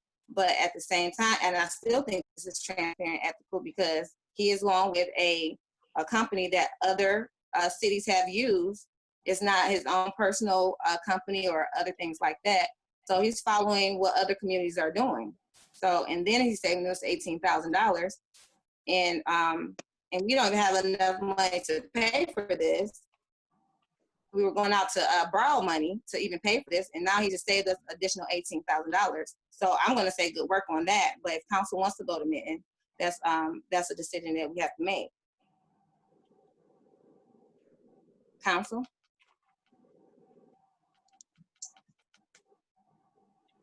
I mean, I did pull up, I mean, other people have gone out for, let's see, other people have gone up. City of Port Huron had one in July for a street sweeper.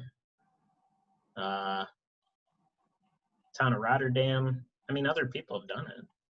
I don't know how, Mr. Abraham, you'd know what the results of a Mitten bidding process would be.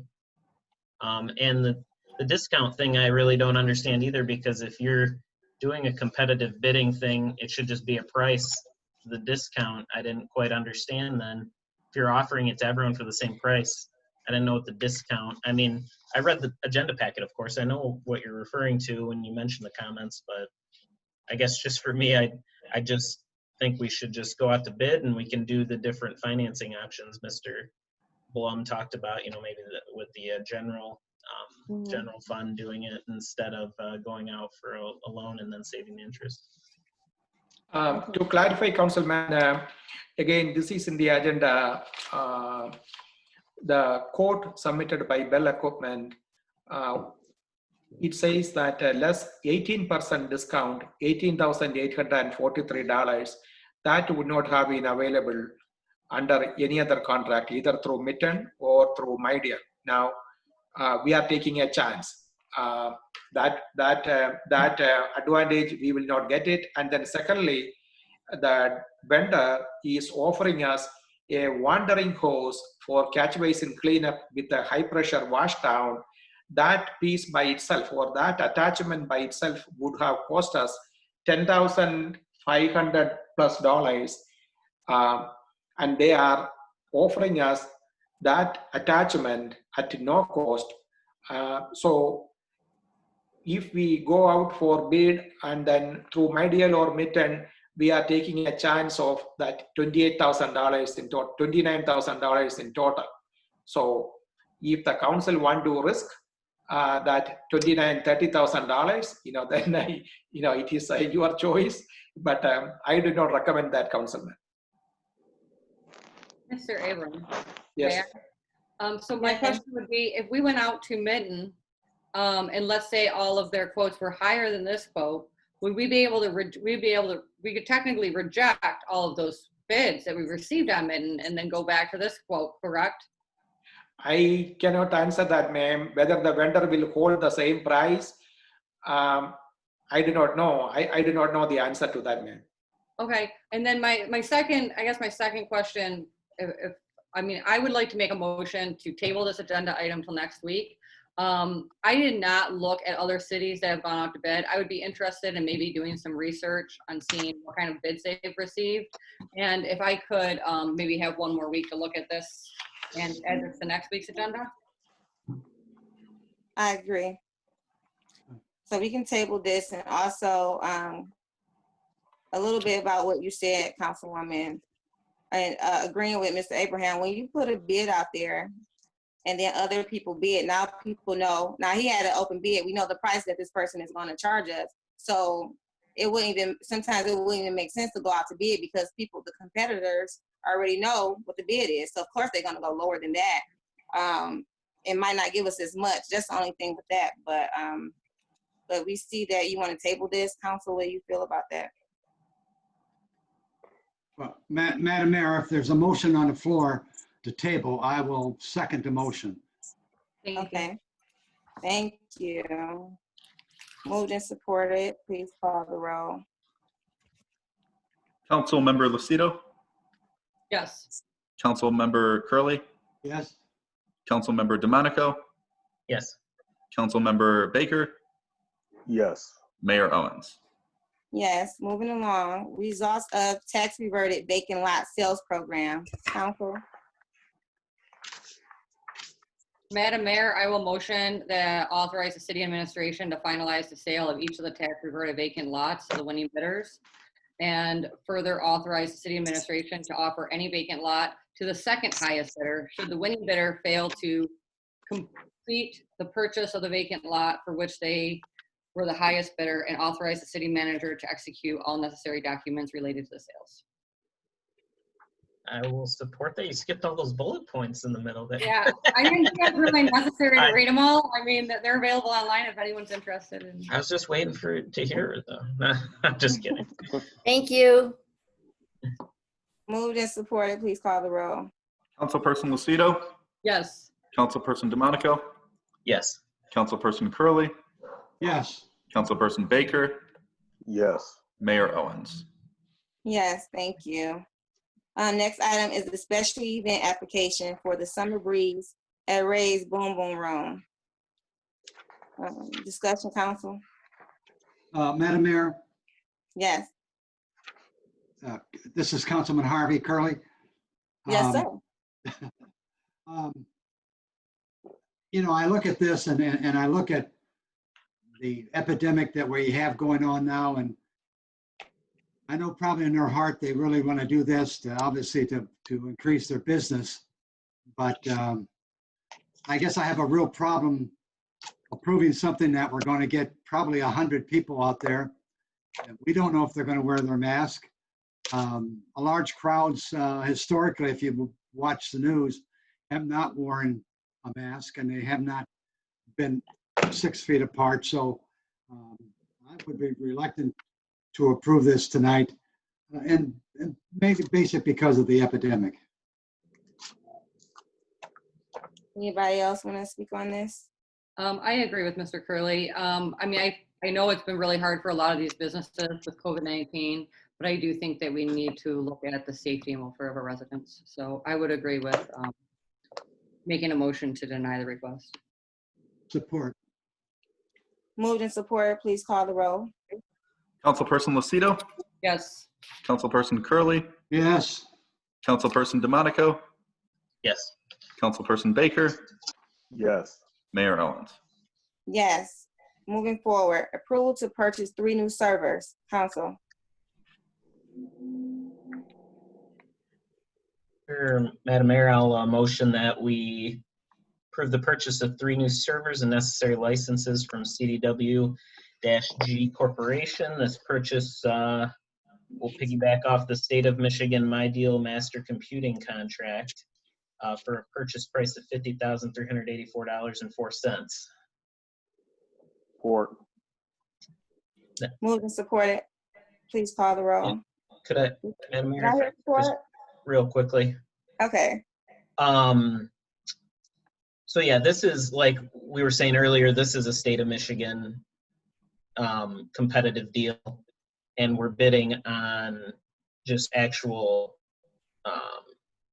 products and not, any labor or anything like that. So we can believe this to be competitive, and that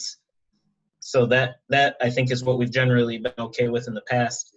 But then the second, actually I forgot to include one part of it though, because I did ask a few questions. If I could slightly, modify this. I did ask a few questions about the licenses, and we can go with 100 instead of 150 for the, let's see, for the first, let's see, do I have it in front of me? One second, I just want to make sure I have this correct here. It's for the database users for the BSNA server. The email I received from our IT contact said we could buy 100 instead of 150 and the CDW representative had agreed because we'll never have more than 100 users at once on the BSNA software. So I'd like to amend my motion to include that, because that'll be 50 less licenses, which I think comes out to about $8,000. If I said anything wrong, Ms. Doom, let me know, but that's my motion if not. I'll support. Oh no, Mr. Baker was the one that supported that. Moved and supported, please call the roll. Councilperson DeMonico, Yes. Councilperson Baker, Yes. Mayor Owens, Yes. Councilperson Curley, Yes. Councilperson Lucido. Yes. Moving along, give me a second. Turn the next item. Sorry, going up for a minute.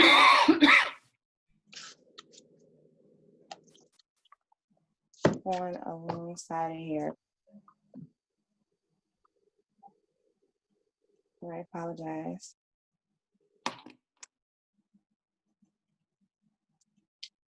Okay, we are going to the next item, which is MDHHS with the Water Arrearage Program. And did you want to talk more about that, Mr. Blum, about this program for us? Mr. Found Blum? me on mute. Okay. Okay, there you go. It's okay. I'm having All my right. problems over here too. Thank you. Yeah, gotta find those buttons. So what this program is the state of Michigan has taken $25 million and created a water utility assistance program to basically anyone who is on food stamps would qualify for this program. Any water bills incurred and not paid starting March 1st through the end of the governor's emergency orders, which we all know has just been extended into September, and probably will get extended a few more times. The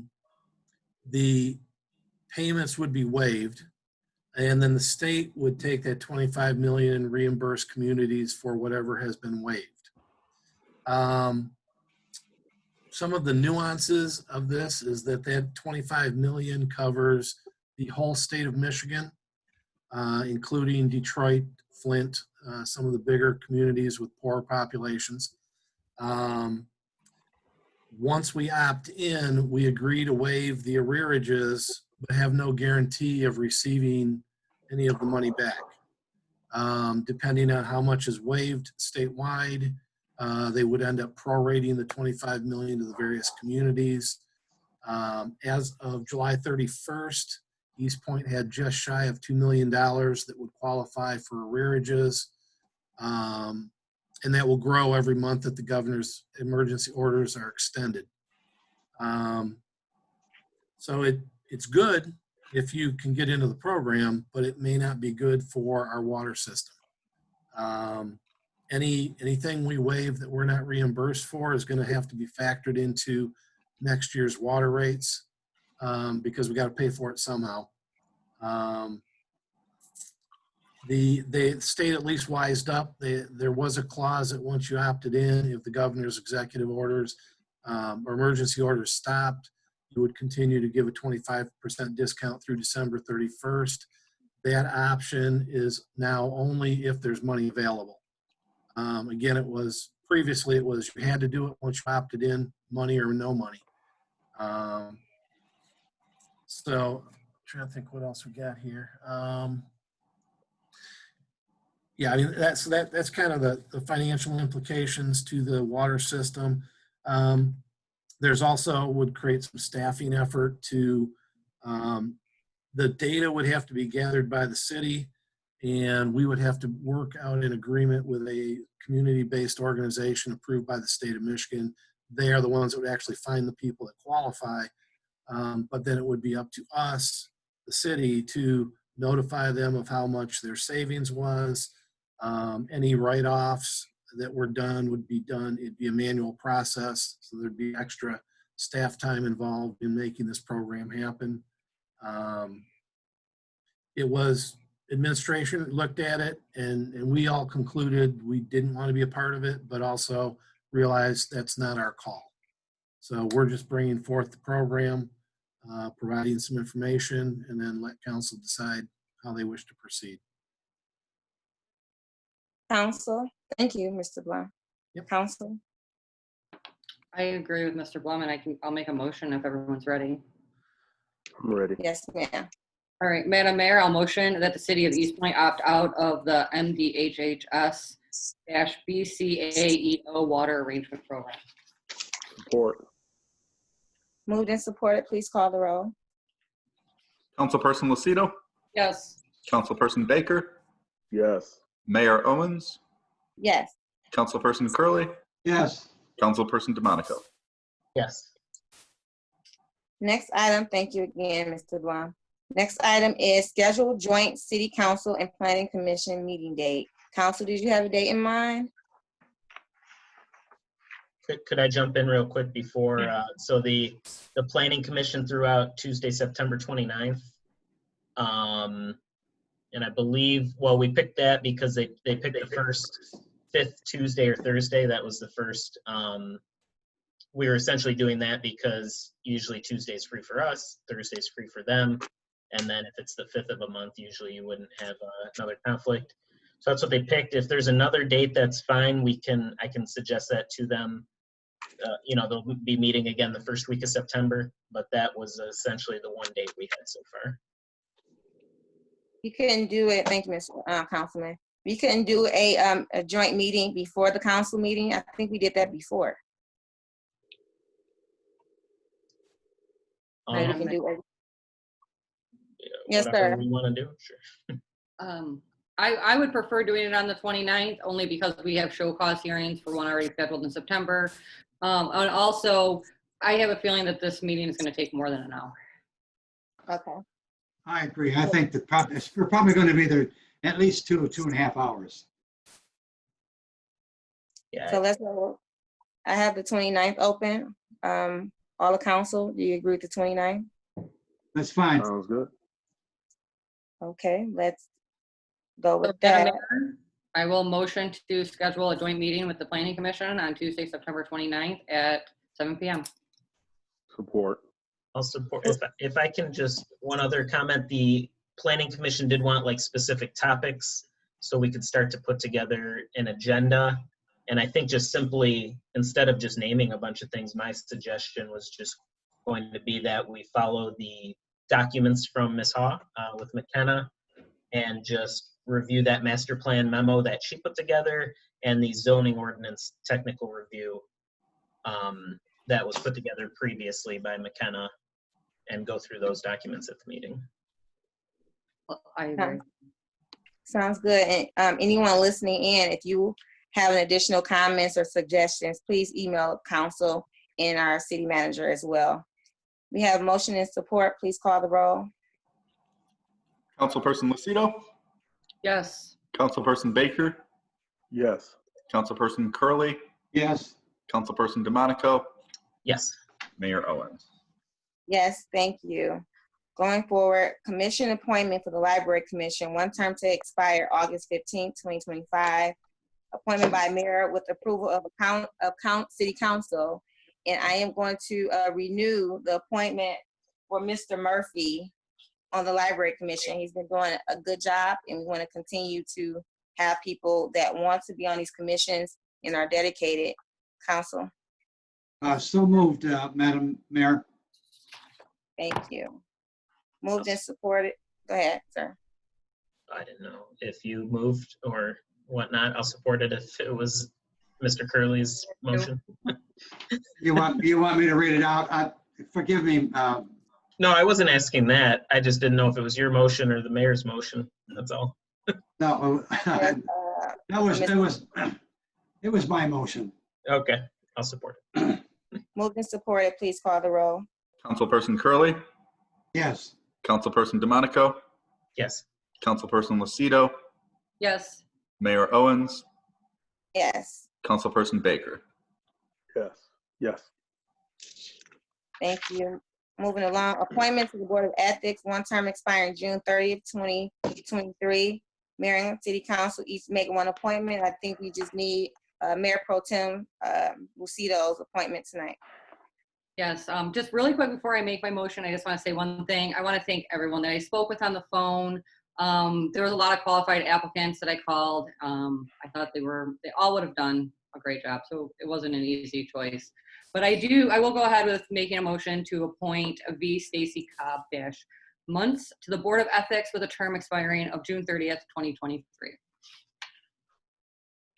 I'll support that. And I just had one question then for administration. We'll move forward with alerting the board of a meeting and doing all that sort of thing then, since we have a full board now then. Ms. Doom? I think she said yes, but if I can read lips well. Thank you. And Ms. Doom, also for our new candidates, our new people that we were appointed for the Board of Ethics. I know some ethical training out there, so they may get a certificate or something like that. And also along with our other commissions that can learn more with different classes and training.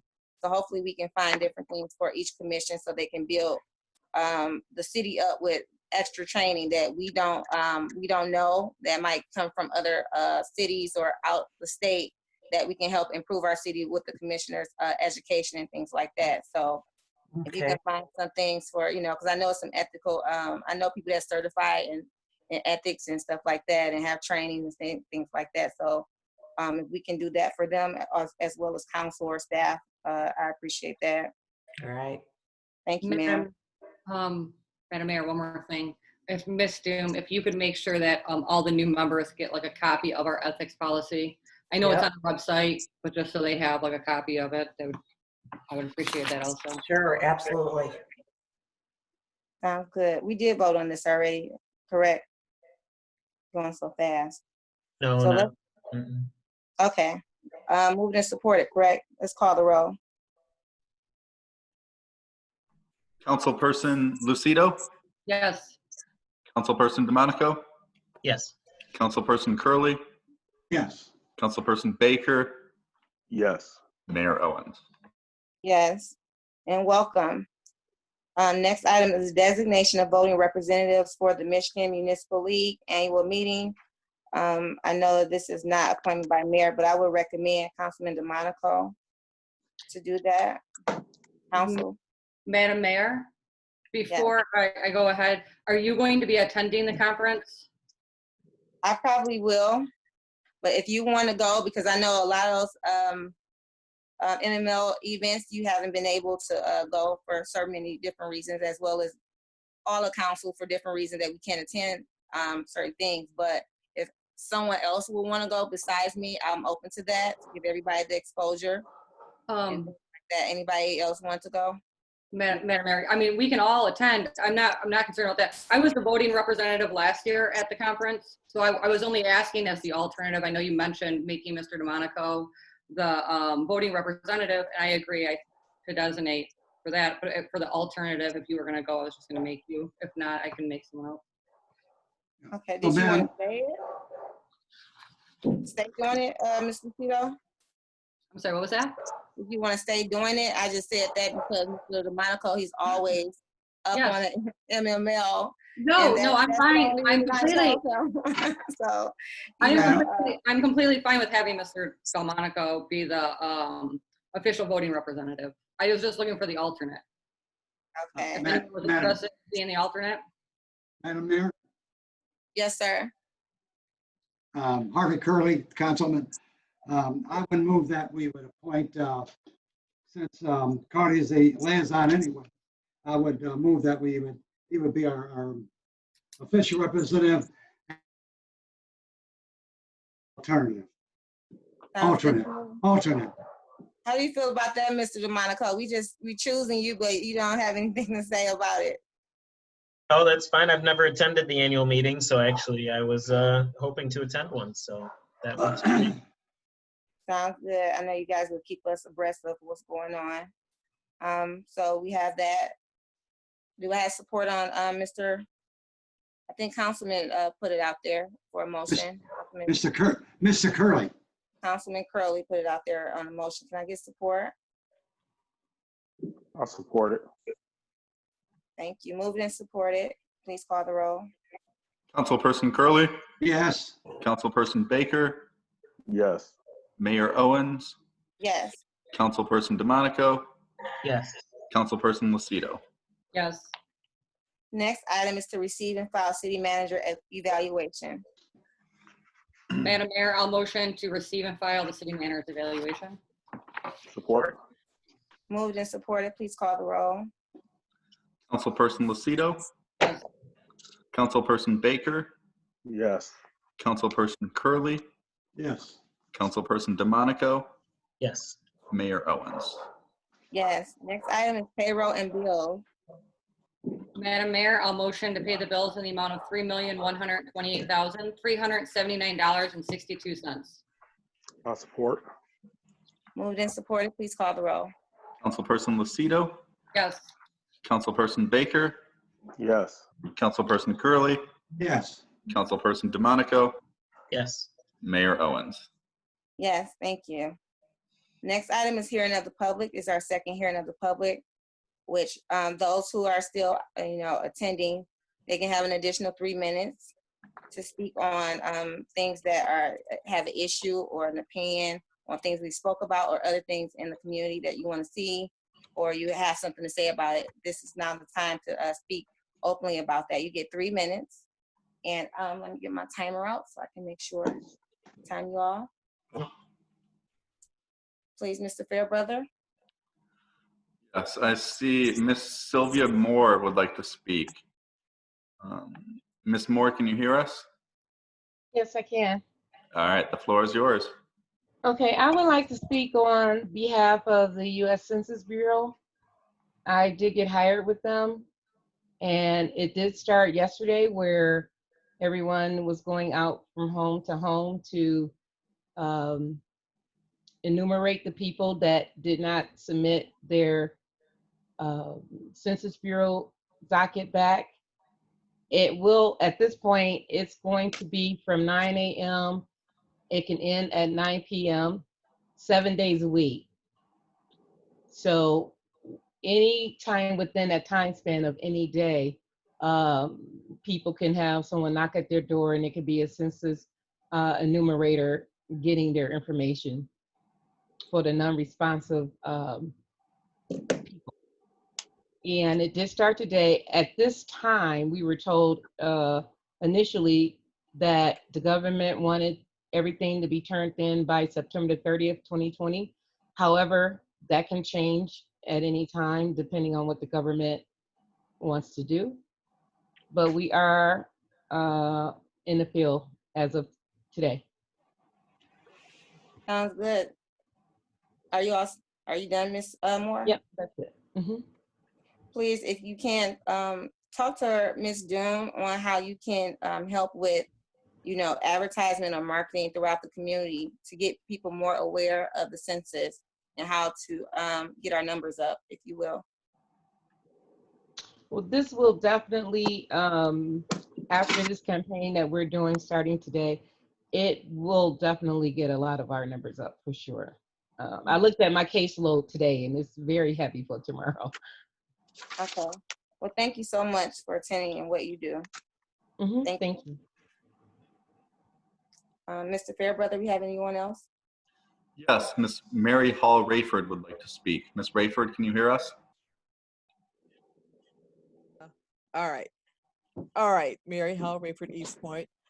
I know I don't often have anything pleasant or worthy to say, but I have to admit I am grateful for the vote you took tonight and protecting the health of the community. I think more effort needs to be paid to what's best for the community and not individuals or just a segment of the communities, because we are one community, and I'd like to see more effort put in that direction. And I understand that there's also an issue with businesses. I'm doing my best to support businesses in the community because that's important as well. So, but thank you, Council, for doing the right thing tonight. Thank you, Ms. Rayford. Anyone else, please? Yes, John. John, can you hear us? Yes, I can hear you. John DeHaan. I just wanted to piggyback on something that the mayor had said about the census. We have a wonderful facility on 10 Mile, I believe it's called PACE, and they cater to the elderly, the infirm. So there may be an opportunity to engage those folks to help make sure that our senior population is getting counted. So if you hadn't thought about it, put that in your back pocket as something to think about if somebody wants to engage those folks, because they're doing a great job for our senior citizens. That's it. Thank you, Ms. DeHaan. I actually have done that. I know the CEO personally, so thank you so much. I will thank you for those comments. Anyone else? Yes, a representative from Ray's Boom Boom Room would like to speak. Yes. Good evening. Hi, again, I would like to thank everyone for putting us on the agenda tonight. I understand that some of the concerns were public safety and health concerns. In holding the event, we were going to require everyone to wear masks and adhere to the social distancing guidelines. Again, I do understand we are in a pandemic, and we was doing everything that we could possibly do to adhere to public safety and health concerns. I don't know if there's any way to have a reconsideration be put back on the agenda for reconsideration. We are a small business, and we are trying to be able to just conduct business in the new way of just, the new way that we have to go about the social distancing and the pandemic that we have going on right now. So if there's any reconsideration that we can have in regards to this, we would greatly appreciate it. And again, we thank you for taking time to hear us. But we're just trying to do everything that we can to keep everyone safe and be able to conduct business safely. Thank you so much, ma'am.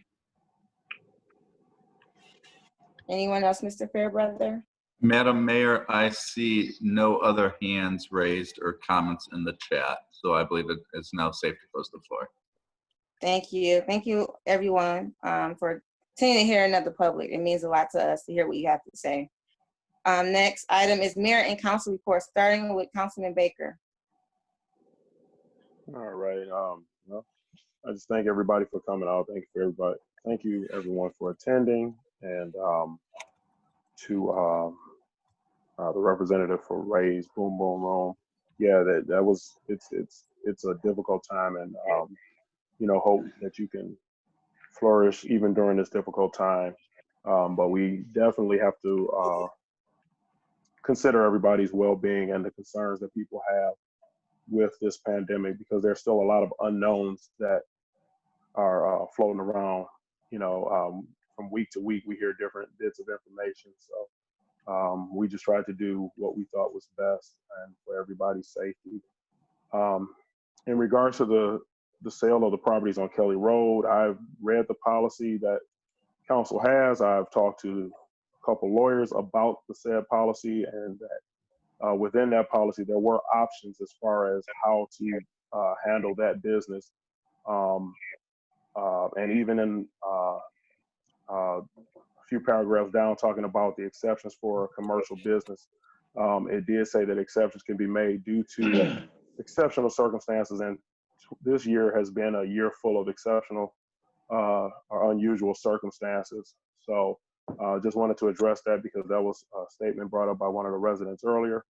That is pretty much all I have. I know that people have been doing a lot in this community. We have been doing 2 Gleaners distributions every month, and thankful to the volunteers that help out with that, and glad that we can try to meet some of the needs here in the community. And I just hope that everybody stays safe, stays well. And thank you again. And I hope everyone has a good night. Thank you, Councilman. Also, let's go with Councilman DeMonico, please. Thanks, Mayor. I wanted to say I'm happy that we're going forward with body cams. I'm glad we had that conversation. Thought it went very well. I think we did a lot of good planning today with technology and with the Planning Commission. So it was very exciting to see that. Yeah, on the denial of the special event application, the amounts are going to be higher than the governor's orders of 100. So that was one of my main reasons for saying no, and just in general, I think it's safer to be conservative with things if we can. Also, the Beautification Commission is doing new landscape awards, I'd say this year, COVID inspired also, as many other things are. Usually we have the city split up in 11 sections, which we will be doing that again, but usually we talk to the residents and try to get pictures of their homes and put a whole presentation together and do things like that, and then have an event in the winter when we're all not busy doing our flower beds. But we're going to change it up this year, and we're going to send out postcards to homes that the commissioners come across, and they won't need to talk to anyone. So we're going to gather all those addresses eventually and hopefully do something in the future once the pandemic's over. But that's essentially where they're at right now. I think they're going to finish up planning with that at their meeting at the end of this month. Also, I spoke at the school board meeting yesterday to share my opinion on reopening schools. I just hope they take it safely also. It sounds like they will. They had a good discussion on it. They approved the state's plan, but they've got a month until school will be starting, it sounds like. And I think they did actually send out some information today. So check out their, I think on Facebook or on the website, maybe both, about more information if you need it for the school district. And yeah, I'm happy that the census is canvassing. Happy, Ms. Moore, that you're working for the census. I think that's great. And hopefully we can improve that percentage. And yeah, I think that was all. Thanks, Mayor. Thank you. We have Councilman Harvey Curley, please. Thank you, Madam Mayor. Just one short thing. We all know that this virus is going to be with us for a long time, probably through the rest of the year. And so I'm actually pleading for those of you who have not been tested to go to Memorial Field on August 13th. You know, it doesn't hurt. They take this, what am I thinking? This thing is, put it up your nose and they get a reading, and that's it. So please, you don't know that if you haven't been tested, you don't know that you're not a carrier, and you don't want to go to your grandchildren or your mom or your dad or your grandma or your grandpa and affect them. So please go on August 13th. Please go. You could save a life. You actually could save a life. Thank you, Madam Mayor. Thank you, sir. We have our Mayor Pro Tem, Ms. Lucido. So just a couple of quick things. First of all, the Art and Cultural Diversity Commission has partnered with the DIA to do a mural on the side of Eastpointe Community Credit Union, which is located in the Children's Garden in our downtown area at 9 Mile and Gratiot. And they have started on it, and it's looking fantastic. It's coming along very, very nice. And they are going to have some updates, hopefully, probably by our meeting at one of our meetings in September, probably a second one, on when they're going to have like their reveal of the mural. And if anyone has not had the opportunity, I suggest that you take a ride over to Getz Park, the Parks Commission, and they have approved a design to have new playground equipment, and council approved it. So the equipment's in and it's looking fantastic. So if anyone has a chance to head over there, I suggest you go check it out. The equipment is completely different than any other playground equipment in the city. So it's very unique to Eastpointe. And so it's kind of exciting to have something new. And other than that, that's all I have this evening, Mayor. Thank you. I don't have much this evening, but I do want to remind people that August 13th, Eastpointe Middle School will be doing a backpack drive that they do every year, giving out backpacks and school supplies throughout the community. So, and I will also be having one for the community at joining up and sponsored by Foot Locker, actually. I'll have more information about that coming up probably in our next meeting. Or I will have the city manager put it on our website or our Facebook page so that we can give the supplies and things like that. And anybody listening in, you know, that's we always do book bags and notebooks and stuff like that. But since we are at a different time now, they still need those things. But, you know, headphones or, you know, flash drives and speakers for our youth would be amazing if anyone wants to give back and do some things and, you know, just help the community out, because a lot of people can't afford all those things. You might can afford pencils and papers and stuff like that, but speakers, headphones, and things like that can be really expensive for a lot of people when you're on a budget or you live in a certain way and you get a certain income. So I'm saying that also the person who's working for the census, thank you, Ms. Moore, for coming in and joining us. Hopefully you can talk to Ms. Doom and let us know again how we can better serve our community and those that are underserved or don't know how to use the internet. We can help them with that and go to them. And so we can bring our numbers up. I really want Eastpointe to we already have high numbers, and you guys know I'm very competitive when it comes to my city. So I really want our numbers to come up, and whatever we need to do, let's do it. And want to thank Macomb County for actually helping with that and giving us the gift cards to boost that those numbers up as well. And then I want to also thank Bless Hands. I forgot her name, but she was on here talking about the negativity in the city and how she wants to help.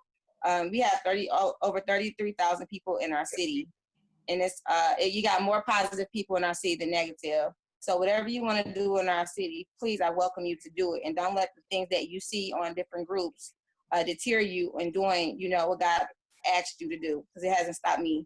So I'm saying that moving forward, we're gonna close this out and go to our closed session because we have a city attorney evaluation. And if people want to stay on, that's fine. But when we come back, we're just gonna be closing out the meeting. So council, can I get a motion to go into closed session? Madam Mayor, I would move that, but could we have 10 minutes for a potty break? Sure. We're gonna go into closed session and then we're gonna have a 10-minute break, and then council will meet for the city attorney evaluation.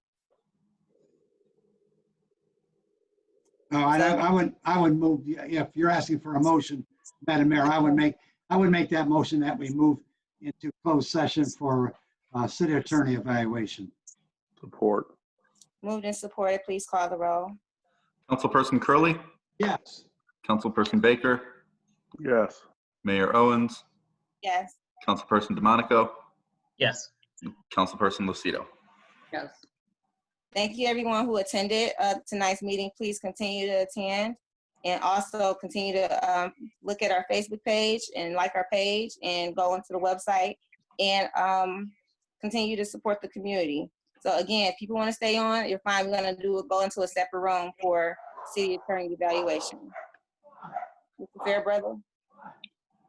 Yes, I am in the process of making Mr. DeMonico and actually Mr. Albright co-hosts. I'll make Ms. Lucido one as well. And I will go through and I will kick everyone else off. Ryan, Bob Uri is also going to be joining. I don't know if he's currently watching the meeting, but he's also going to be joining the closed session. Okay. I don't currently see him on here. I don't know if you do. Oh, you know what? I do. Robert D. Erie. I do see him. So I will leave him on as well. Thank you, Brian.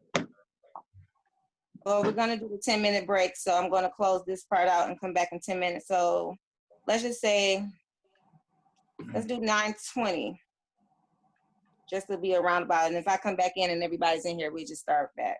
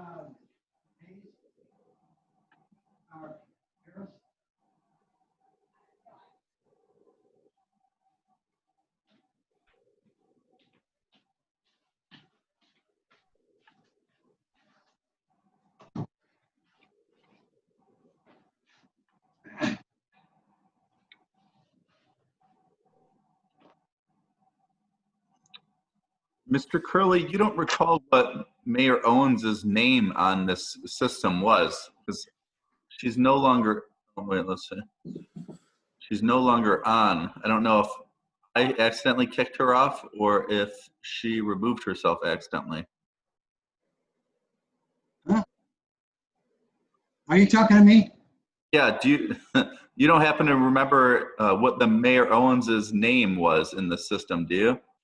Mr. Fairbrother, it was Mayor Owens. That's what I thought it was. So I think she removed herself accidentally, unless she did it on purpose. I don't know. And if she comes back in, Cardi or I can let her in when she comes back Okay. in. So you and Cardi and Mr. Albright are now all co-hosts. Okay. So I am going to remove myself now from this meeting. All right, everyone have a good night. You too, Brian. Thank you. You too, Thank Brian. you. Have a good night. Anybody know how to fix a what is this? A cell phone?